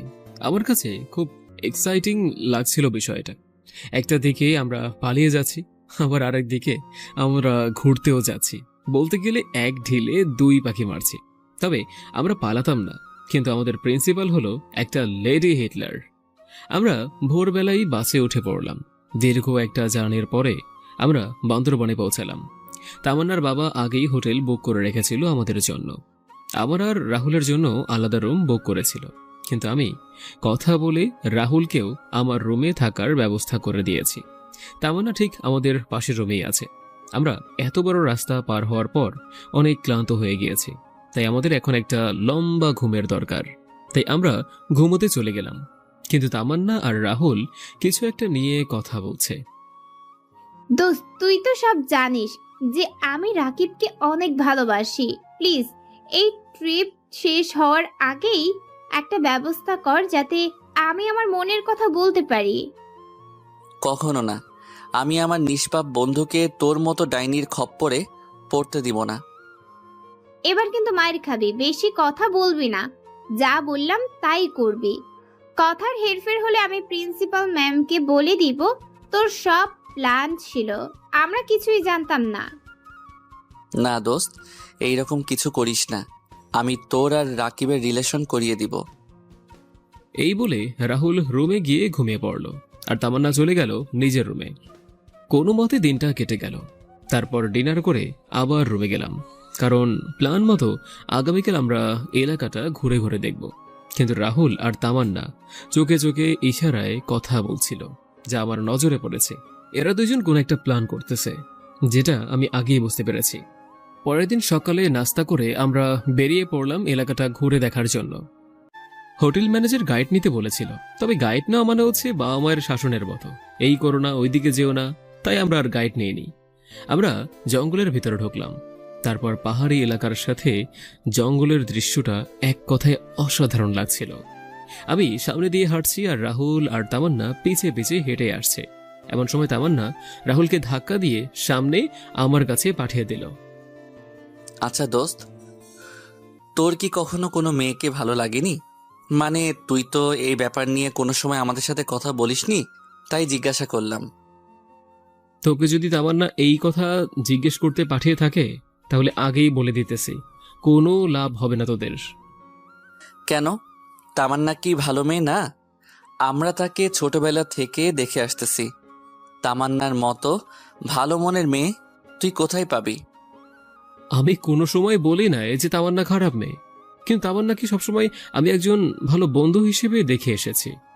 আর তামান্নার মন যে কত ভালো তা আমি আর তুই ছাড়া ভালো কে জানে? তোর আর নীলার ব্যাপার জেনে সেই বেশি রেগে গিয়েছিল, কারণ তুই তামান্নার বেস্ট ফ্রেন্ড। তামান্নার মনটা হলো নিষ্পাপ, আর সে যেই সংসারে যাবে সেই সংসার আলোকিত করে রাখবে। বাহ দোস্ত বাহ, আজ পর্যন্ত আমার ব্যাপারেও এত ভালো ভালো কথা বলিস নাই, আর এই ব্যাপারে মুখ থেকে যেন মধু পড়ছে। আবার বলিস যে তুই তাকে বন্ধুর নজরে দেখিস। আরে আমি তেমন ভাবে বলিনি। আর আমরা কি এখানে এইসব কথা বলতে এসেছি? হ্যাঁ, আমরা এখানে এসেছি তোর মন ভালো করতে আর ঘোরাঘুরি করতে। এখন এইসব না বলে চল পাহাড়ে ওঠে। আমি পাহাড়ে উঠতে শুরু করলাম, তামান্না রাহুলের কাছে গেল। সবই তো শুনলি, এখন কি করবি? আসলে রাহুল তামান্নার মোবাইলে আগে থেকেই ফোন দিয়েছিল, যাতে আমাদের মাঝে যা কথাই হোক না কেন তামান্না তা শুনতে পারে। শুনলামই তো, তবে আমিও হার মানবো না, চেষ্টা করতে থাকবো। রাকিব কিন্তু এখনো না বলে নাই। তোর কথার মানেটা কি? আমার কথার মানে হলো আমার থেকে বেশি রাকিবকে কেউ চিনে না। রাকিবের কোনো কিছু অপছন্দ হলে সে সরাসরি মানা করে দেয়, কিন্তু তোর ব্যাপারে সে স্পষ্টভাবে কিছু বলেনি। মানে তার মনেও তোর জন্য আলাদা ফিলিংস আছে। এখন শুধু তোকে সেই ফিলিংস বের করতে হবে তোর ভালোবাসা দিয়ে। তামান্না আর কিছু বলল না। তারপর তারা দুইজনও পাহাড়ে চড়তে শুরু করলো। সেই দিন লাঞ্চ আমরা পাহাড়ের উপরে রেস্তোরাঁয় করেছি। বিকালে ঘুরে আমরা আবার হোটেলে চলে গেলাম। শরীর ক্লান্ত, তাই মাগরিবের নামাজ পড়েই শুয়ে পড়লাম। কিছুক্ষণ পর ঘুম থেকে উঠে এশার নামাজ পড়ে ডিনার করে নিলাম। রাহুল রুমে চলে গেল আগে আগে। আমি আর তামান্না একসাথে রুমে যাচ্ছি। আমি আমার রুমে যাওয়ার সময় তামান্না আমাকে টেনে তার রুমে নিয়ে গেল। আমাকে টেনে তামান্না তার বিছানায় ফেলে দিল। আমি সাথে সাথে উঠে গেলাম। এটা কি ধরনের সভ্যতা তামান্না? আমাকে এভাবে এখানে নিয়ে আসলে কেন? রাকিব, তুমি ভালো করেই জানো যে আমি তোমাকে অনেক ভালোবাসি, সেই ছোটবেলা থেকে। তখন তুমি সেটা আবেগ বলে উড়িয়ে দিয়েছো, কিন্তু এখন কি বলবে তুমি? দেখো তামান্না, আমি শুধু তোমাকে একজন বন্ধুর নজরে দেখি, আর কিছু না। এখন সরো, আমাকে যেতে দাও, না হলে কিন্তু রাহুল আমাকে খুঁজতে বের হবে। রাহুলই আমাকে বুদ্ধি দিয়েছে তোমাকে এখানে এনে তোমার থেকে মনের কথা বের করার জন্য। শালাই ফাঁসিয়ে দিল। একবার কাছে পাই, তারপর দেখিয়ে দেব। রাহুলকে পরে দেখো, আগে আমাকে নিয়ে ভাবো। তোমাকে নিয়ে নতুন করে ভাবার কি আছে? আগে যাই ভাবতাম এখনো তাই ভাবি। তাই নাকি? কথাটা বলে তামান্না আমার দিকে এগোতে লাগলো, আর তার শরীর থেকে শার্টের একটা একটা করে বোতাম খুলতে লাগলো। এইটা কি কি কি করছো তামান্না? কেঁপে কেঁপে জিজ্ঞাসা করলাম, কারণ তামান্নার কাণ্ড দেখে আমার কথা আটকে গিয়েছে গলায়। তেমন কিছু না, শুধু নিজেকে তোমায় সঁপে দিচ্ছি যাতে আমার প্রতি তোমার ভালোবাসা জন্মে। কেঁপে কেঁপে জিজ্ঞাসা করলাম, কারণ তামান্নার এমন কাণ্ড দেখে আমার কথাগুলো গলায় আটকে আটকে আসছে। এই বলেই তামান্না আমাকে ধাক্কা দিয়ে বিছানায় ফেলে দিল। তামান্না যেই আমার উপর শুতে যাবে তখনই আমি সরে গেলাম। আমি তামান্নাকে ধাক্কা দিয়ে রুম থেকে বের হয়ে গেলাম আর নিজের রুমে চলে গেলাম। কিরে, তুই এত তাড়াতাড়ি এসে গেলি? তামান্না তোকে আসতে দিল? আমি রাহুলের দিকে রাগান্বিত দৃষ্টিতে এগোতে লাগলাম, আর রাহুল আমার রাগে চেহারা দেখে ভয় পেয়ে গেল। কিরে, তুই এগোচ্ছিস কেন? বিশ্বাস কর দোস্ত, তামান্না কি করেছে আমি কিছুই জানি না। সব কিছু তার প্ল্যান। অতঃপর আমি রাহুলকে মারা শুরু করলাম। ভালো মতোই মারলাম। মারা শেষে বলে দিলাম যাতে এই সব থেকে দূরে থাকে সে। সেদিনের মতো শুয়ে পড়লাম। রাহুলও ক্লান্ত হয়ে গিয়েছে। আমি বিছানায় শুয়ে শুয়ে ভাবতে লাগলাম, আমিও তো তামান্নাকে অনেক ভালোবাসি, কিন্তু মন থেকে কেন জানি রেসপন্স পাচ্ছিল না। আগামীকাল তামান্নাকে নিজের মনের কথা বলে দেব ভাবছি, দেখা যাক কি হয়। পরের দিন সকালেই আমি ভোরেই ঘুম থেকে উঠে রুম থেকে চলে গেলাম। ব্রেকফাস্টের সময় তামান্না আর রাহুল আমাকে খোঁজার জন্য বের হলো। তারা আমাকে ফোনেও পেল না, কারণ আমি আমার মোবাইলটা বন্ধ করে রেখেছি। সব আমার দোষ। আমি যদি রাকিবকে না ফোর্স করতাম আমাকে ভালোবাসার জন্য, তাহলে হয়তো সে চলে যেত না। না, সব দোষ আমার। আমি তোকে ওইসব উল্টাপাল্টা বুদ্ধি দিয়েছি, আমারই সব দোষ। রাকিব প্লিজ তুই ফিরে আয়, তুই আসলে আমি তোর কাছে ক্ষমা চেয়ে নিব। কারো ক্ষমা চাইতে হবে না। রাহুল আর তামান্না পিছনে তাকিয়ে দেখে আমি দাঁড়িয়ে আছি। রাহুল দৌড়ে আমাকে জড়িয়ে ধরল। দোস্ত, আমাকে ক্ষমা করে দে, আমি আর উল্টাপাল্টা বুদ্ধি বের করে তোকে ডিস্টার্ব করব না। তাও তুই আমাদের উপর রাগ করে থাকিস না। আরে আমি কারো উপর রাগ করিনি, আমি একটা কাজে বের হয়েছিলাম। আমি আবারও বিকেলে কাউকে না জানিয়েই বের হয়ে যাই হোটেল থেকে। সন্ধ্যার আগে আবার ফিরে আসি। এবারও দুইজন চিন্তিত ছিল, কিন্তু আমি ফিরে আসায় দুজনেই টেনশন মুক্ত হয়। কিরে, আজকে তোর কি হয়েছে? সকালেও গায়েব ছিলি আর একটু আগেও গায়েব হয়ে গেছিস। তোর মাথায় কি চলছে ভালো করে বল তো। সময় হলে একাই বুঝে যাবে, এই বলে আমি একটা মুচকি হাসি দিয়ে চলে গেলাম। রাত 8টায় আমি রাহুলকে বললাম বের হতে। তারপর তামান্নার রুমেও গেলাম, দুজনকে নিয়ে বাহিরে গেলাম। তীরে এখন কোথায় যাচ্ছি আমরা? আবার কোথায়, বাইরে যাচ্ছি ঘুরতে। আজকে জঙ্গলের ভিতর ঘুরতে যাব। তুমি কি পাগল হলে নাকি? এত রাতে আমরা জঙ্গলে যাব? এটা আমাদের জন্য কতটা বিপদের হবে তা তোমার জানা নেই? আরে আমার সব কিছুই জানা আছে, কোনো সমস্যা হবে না, আমাকে বিশ্বাস করতে পারো। আমি জঙ্গলের মাঝ বরাবর একটা জায়গায় গিয়ে থামলাম। আশেপাশে পুরো অন্ধকারে ভরে গিয়েছে। এই জায়গায় কি আছে যা দেখার জন্য আমাদের এখানে নিয়ে এসেছিস? শুধু দেখতে থাক কি হয়। আমি 2বার হাততালি দিলাম, আর সাথে সাথে আশেপাশে লাইট জ্বলে উঠল। আশেপাশে লাইটের আলোয় জায়গাটা অনেক সুন্দর দেখাচ্ছে। ওয়াও, এই জায়গায় দিনের বেলায় অনেক এসেছি, কিন্তু রাতের বেলায় জায়গাটা ভীষণ সুন্দর দেখাচ্ছে। এই আয়োজন কার জন্য রাকিব? তোমার জন্য তামান্না। আজ আমি তোমার জন্যই এই আয়োজন করেছি। আজ আমি আমার মনের কথা তোমাকে বলতে চাই। 1 মিনিট, তুই তামান্নাকে প্রপোজ করবি মানলাম, কিন্তু এখানে আমাকে কেন নিয়ে আসলি? তোকে ছাড়া লাইফে কিছু করেছি যে আজকে তোকে ছাড়া লাইফের এত বড় ডিসিশন নিব আমি? তুই তামান্নাকে প্রপোজ কর, আমি এলাকাটা ঘুরে আসি। তোর প্যারায় আজকে ঘোরাঘুরি হয়নি, আর তাছাড়া আমি কাবাব মে হাড্ডি হতে চাই না।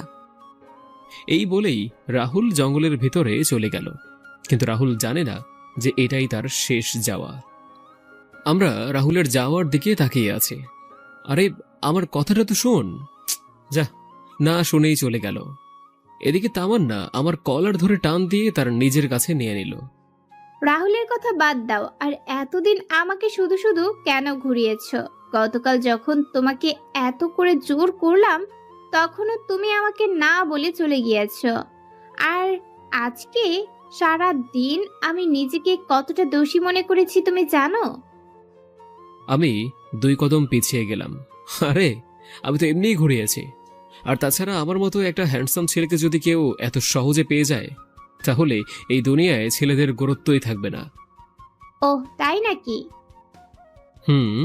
আর আমি তো একটু বেশি হ্যান্ডসাম। ঠিক আছে, তাহলে এখন প্রপোজ করো।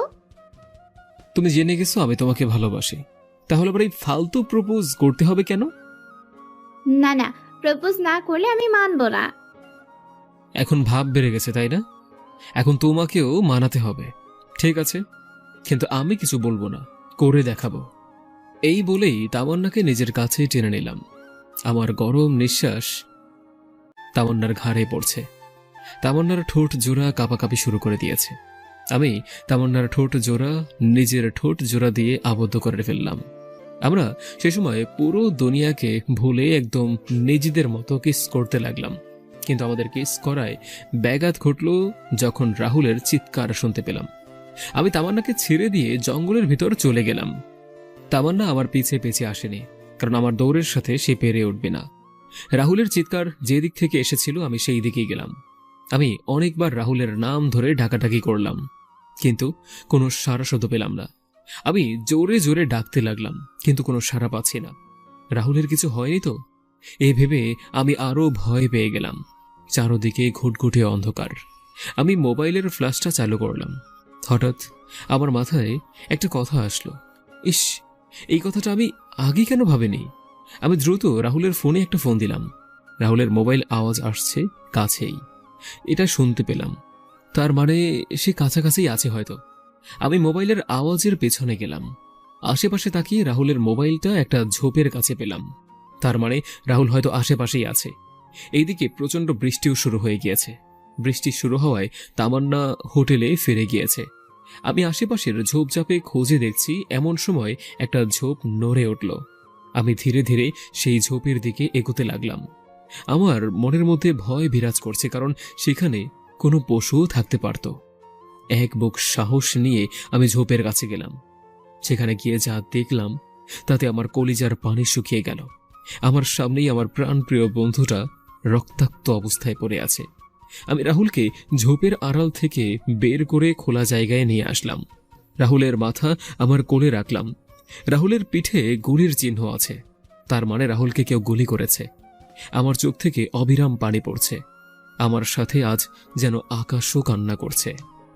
রাহুল, চোখ খোল। বন্ধু দেখ, আমি এসে গেছি, আর কোনো ভয় নেই তোর। রাহুল কোনো কথা বলছে না। আমি রাহুলের বুকে কান পেতে দিলাম। রাহুলের হৃৎপিণ্ডটা ধীরে ধীরে ধুকছে। রাহুলের রক্তটাই বৃষ্টির পানিতে বসে ফেললেও আমার মনের কষ্ট কিন্তু মুছতে পারবে না। বন্ধু, তুই আমাকে এভাবে একা রেখে যেতে পারবি না। দোস্ত, তোর কিছু হবে না, তোকে উঠতে হবে। আমি তোকে কিছুই হতে দিব না। আমি এক্ষুনি তোকে হাসপাতালে নিয়ে যাব। এমন সময় রাহুলের শরীর কেঁপে উঠল। রাহুল ধীরে ধীরে কিছু বলছে। আমি শোনার চেষ্টা করলাম। বন্ধু, আমি তোর বিয়ে দেখে যেতে পারলাম না রে, আমাকে ক্ষমা করে দিস। বাকি জীবন তোকে বন্ধু ছাড়াই থাকতে হবে। না বন্ধু, আমি তোর কিছুই হতে দেব না। তোর এই অবস্থা কে করলো আমাকে শুধু বল। আমি যখন জঙ্গলের গভীরে আসি তখন আমি অনেকজন লোকদের দেখতে পাই, অস্ত্র শস্ত্র সহ, যারা দুইজন লোককে বন্দি করে নিয়ে যাচ্ছিল। আমি কৌতূহল বশত তাদের পিছনে যাই, আর সেখানে গিয়ে দেখি তারা একজন লোককে গুলি করে খুন করে ফেলল। একজন লোককে এভাবে মরতে দেখে আমি ভীষণ ভয় পাই আর চিৎকার করি। আমার চিৎকার তারা শুনতে পায় আর আমাকে গুলি করে। আমি আহত অবস্থায় এতদূর পালিয়ে এসেছি। তারা মনে হয় এখন আমাকে খুঁজছে। তুই পালিয়ে যা বন্ধু, আর তামান্নাকে নিয়ে ভালো। আর কিছুই বলল না রাহুল। রাহুলের নিঃশ্বাস বন্ধ হয়ে গেল। আমি রাহুলকে জড়িয়ে ধরে কাঁদতে লাগলাম। আজ আমার প্রাণ প্রিয় বন্ধু আমাকে ছেড়ে চলে গিয়েছে। সব দোষ হয়তো আমার, কারণ আমি রাহুলকে এখানে না নিয়ে আসলে হয়তো সে বেঁচে থাকত। এমন সময় আমার কানে কারো পায়ের শব্দ এলো। বৃষ্টির পানিতে হাঁটাহাঁটির শব্দটা আরো প্রখরভাবে শোনা যাচ্ছে। আমার কানে রাহুলের কথা ভেসে আসছে, দোস্ত পালিয়ে যায় এখান থেকে। আমি যেই না পালিয়ে যাব ঠিক তখনই আমার বিবেক আমাকে পালাতে দিল না। আমার বিবেক বলছে যে বা যারা আমার বন্ধুকে মেরেছে তাদের সবাইকে যেন আমি নিজ হাতে মারি। আমি সেই পায়ের আওয়াজের পেছনে গেলাম। সেখানে গিয়ে দেখি তারা অনেকেই লাইট দিয়ে এদিক ওদিক কিছু খুঁজছে, হয়তো রাহুলকেই খুঁজছে। কিছুক্ষণ পর সবাই নিজেদের আস্থানায় চলে গেল, যেটা জঙ্গলের গভীরে। আমিও পিছু পিছু আস্থানায় পৌঁছে গেলাম, আর সেখানে লিডারের মতো একজন কথা বলছে। কে রে, খুঁজে পেলি তাকে যে আমার খুন করা দেখেছে? না বস, আমরা তাকে খুঁজে পাইনি। সে এতক্ষণে আপনার গুলি খেয়ে মারা গেছে। আমার বুঝতে বাকি রইল না যে রাহুলকে ওই লিডারের মতো লোকটাই মেরেছে। আমার শরীরে রক্ত যেন 10 গুণ দ্রুত গতিতেই প্রবাহ করছে। আশেপাশে বৃষ্টির কারণে অন্ধকার যেন আরো বেড়ে গিয়েছে। আমি অন্ধকারের সুযোগে একজন পাহারাদারকে আঘাত করে তার থেকে বন্দুকটা কেড়ে নেই। আমি তাদের সামনে গেলাম। অন্ধকারের জন্য কেউ আমার চেহারা ভালোভাবে দেখতে পারছে না। কে রে তুই, যে আমাদের আস্তানে এসেছিস? এখানে আসা মানে মৃত্যু। একটু আগে আমার বন্ধু এখানে এসেছিল, তাকে কি তুই মেরেছিস? গম্ভীর গলায় জিজ্ঞাসা করলাম। আমার কথা শুনে সবাই হাসাহাসি শুরু করে দিল। লিডার হাসি থামিয়ে বলল, হ্যাঁ আমি মেরেছি। এখন কি করবি? আমাকে মারবি? তোর বন্ধুর মতো তোরও অবস্থা হবে। আমি পিছন থেকে বন্দুকটা বের করে লিডারের মাথা বরাবর শুট করলাম। এই অন্ধকারের মধ্যে আমি কিভাবে নির্ভুল নিশানা করলাম আমি নিজেও জানি না। সবার সামনে লিডারের মরদেহটা পড়ে গেল। সবাই আমাকে ঘিরে ধরেছে।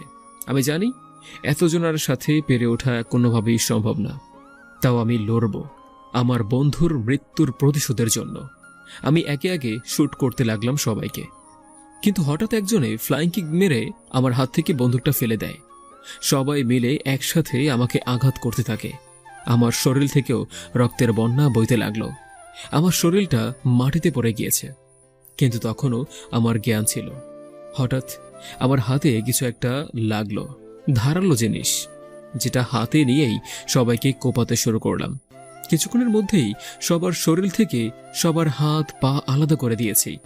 সেই সময় আকাশে বিদ্যুৎ চমকালো আর চারদিকে আলোয় ভরে গেল কিছুক্ষণের জন্য। আমার রক্তাক্ত চেহারা আলোতে ফুটে উঠল। আমি হাতের দিকে তাকালাম, দেখলাম একটা চাইনিজ কোরাল। আজ আমি যেন আগের রাকিব না, এখন আমি অন্য কেউ হয়ে গিয়েছি। আমার ভিতরে যেন হিংস্রতা বেড়ে গিয়েছে, হয়ে গিয়েছে রক্তের নেশা। আশেপাশে রক্তের বন্যা বয়ে গিয়েছে। আমি সবাইকে মেরে ফেললাম কিছুক্ষণের মধ্যে। একটা সময় পর আমি অজ্ঞান হয়ে যাই, এত দখল সহ্য করতে না পেরে। আমার চোখ যখন খুলে তখন আমি নিজেকে একটা ঘরে পাই। ঘরের পরিবেশটা অনেক বড় লোকদের ঘরের মতো। হঠাৎ একজন মধ্যবয়স্ক লোক আসলো আমার কাছে। আমি উঠে বসার চেষ্টা করলাম, কিন্তু শরীরটা তা সাপোর্ট করলো না। তোমার শরীর এখনো অসুস্থ, তোমার বিশ্রাম নেওয়া দরকার। আমার বিশ্রাম নেওয়ার সময় নেই, আমাকে যেতে হবে। সবাইকে মারতে হবে যারা আমার প্রাণপ্রিয় বন্ধুটাকে মেরেছে। ও শিট, রাহুলের লাশ তো জঙ্গলেই রয়ে গিয়েছে। আমাকে রাহুলের কবর দিতে হবে। তোমার টেনশন করার কোনো প্রয়োজন নেই। তুমি 2 দিন ধরে অজ্ঞান আছো। আমি তোমার বন্ধুকে সব নিয়ম মেনে পাশের কবরস্থানে কবর দিয়েছি। আপনাকে অনেক ধন্যবাদ জানাই, কিন্তু আপনি কে, আর আমাকেই বা পেলেন কোথায়? আমার নাম ফারহাদ। আমাকেও আমার সহকারীকে ড্রাগন গ্যাংয়ের কিছু লোক ধরে নিয়ে যায়। আমার সহকামীকে মারার সময় তোমার বন্ধু দেখে ফেলে, আর তারপরের ঘটনা তুমি জানো। আমাকে মারার আগেই তুমি এসে পড়ো, আর তা দেখে আমি অনেক অবাক হয়েছি। তুমি একজনই পুরো গ্যাংকে শেষ করে দিয়েছ। আমার কিছুক্ষণের জন্য মনে হয়েছিল যে তুমি মানুষ না, বরং একজন মনস্টার। মনস্টার শব্দ আমার কানে অনেকক্ষণ বাজতে থাকে। কিন্তু আপনি কে, আর তারা কেনই বা আপনাকে মারতে চায়? আমি এই দেশের সম্মানধন্য একজন ব্যবসায়ী, কিন্তু চলমান অপরাধ বেঁধে যাওয়ায় আমি নিজের গ্যাং তৈরি করে দেশকে অপরাধ মুক্ত করতে চেয়েছি। কিন্তু ড্রাগন গ্যাংয়ের লোকেরা আমাকে মারার জন্য নিয়ে যায়। তখন তুমি এসে গেছো, তাই আমাকে তোমায় ধন্যবাদ দেওয়া উচিত। ড্রাগন গ্যাং তো শেষ, তাহলে এখন আপনি নিশ্চিন্তে আপনার গ্যাং বানাতে পারেন।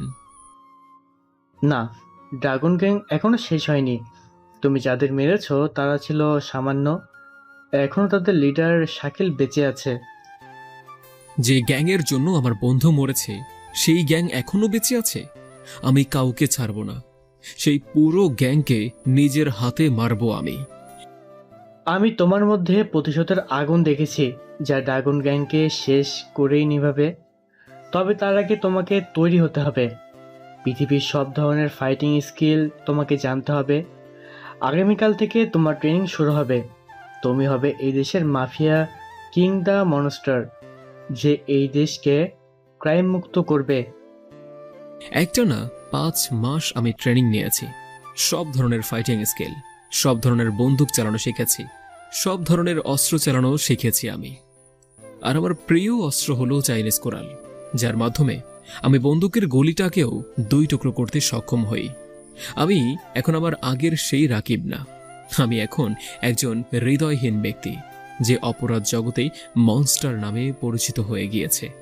আমি একে একে ড্রাগন গ্যাং সহ দেশের সব গ্যাংকে শেষ করতে থাকি। সবাই একসাথে আসলেও আমি একাই সবাইকে মারতে ক্ষমতা রাখি, কারণ এত দিনে আমি মনস্টার হয়ে গিয়েছি। তামান্নার কথা মনে পড়লেও কিন্তু তার সাথে দেখা করার আর কোনো উপায় নেই আমার, কারণ আমি মোস্ট ওয়ান্টেড হয়ে গিয়েছি এতদিনে। একদিন আমি একটা হোটেলে যাই, যেখানে ড্রাগন গ্যাংয়ের কিছু লোক ছিল। আমি হোটেলের রুমের সামনে দিয়ে যাচ্ছি, সেই সময় আমাকে একজন একটা রুমে টেনে নিয়ে যায়। আমি আমার সামনের মানুষটাকে দেখে অনেকটা অবাক হয়ে গেলাম, কারণ সে হলো তামান্না। তামান্না আমাকে দেখা মাত্রই জড়িয়ে ধরল। রাকিব, তুমি এতদিন কোথায় ছিলে? আমি তোমাকে কত খুঁজেছি জানো? তুমি আর রাহুল সেই দিনের পর থেকেই গায়েব হয়ে গেছো। অতবার আমি তামান্নাকে সেই দিনের সব ঘটনা খুলে বলি। সেও রাহুলের জন্য অনেক দুঃখ পায়। আমি তামান্নাকে ওয়াদা দেই যে আমি খুব দ্রুতই তার কাছে ফিরে যাব। একদিন আমি একটা গোডাউনে যাই। এশিয়ার সব বড় বড় ডন সেখানে উপস্থিত ছিল। আমি আচমকা হামলা করে প্রায় সবাইকে মেরে ফেলেছি, কিন্তু শাকিল হঠাৎ ফারহাদকে নিয়ে আসে আর আমার সামনেই তার গলা কেটে দেয়। আমি কোনো কিছুই করতে পারলাম না, কারণ আমাকে পিছন দিয়ে একজন গুলি করেছে। মানুষ যতই পারদর্শী হোক না কেন, পিছন থেকে হামলা করলে কেউই টেকে থাকতে পারে না। আমি তখন খুব দ্রুত গাড়ি চালিয়ে পালিয়ে যাই, কিন্তু তার আগেই শাকিল আমার পেটে অনেকগুলো গুলি করে। আমার গাড়ি যখন ব্রিজ দিয়ে যাচ্ছে, তখন হঠাৎ একটা গুলি এসে গাড়ির চাকায় লাগে আর আমি গাড়ি সহ পানিতে পড়ে যাই। সবাই মনে করে আমি যেন মরে গিয়েছি, কিন্তু কিছু পিছুটান আমাকে বাঁচিয়ে রাখে তখনও। আসসালামু আলাইকুম ভিউয়ার্স, কি অবস্থা সবার? আশা করছি সবাই অনেক ভালো আছো। সো এই গল্পের এই সিজনটা এখানেই শেষ করে দিলাম। এই গল্পের যদি পরবর্তী সিজন দেখতে চাও, তাহলে সবাই কমেন্ট বক্সে কমেন্ট করো এবং ভিডিওটা অনেক অনেক শেয়ার করো। তাহলে নেক্সটে আবারও কোনো নতুন এক গল্প নিয়ে আবারও দেখা হবে। আল্লাহ হাফেজ।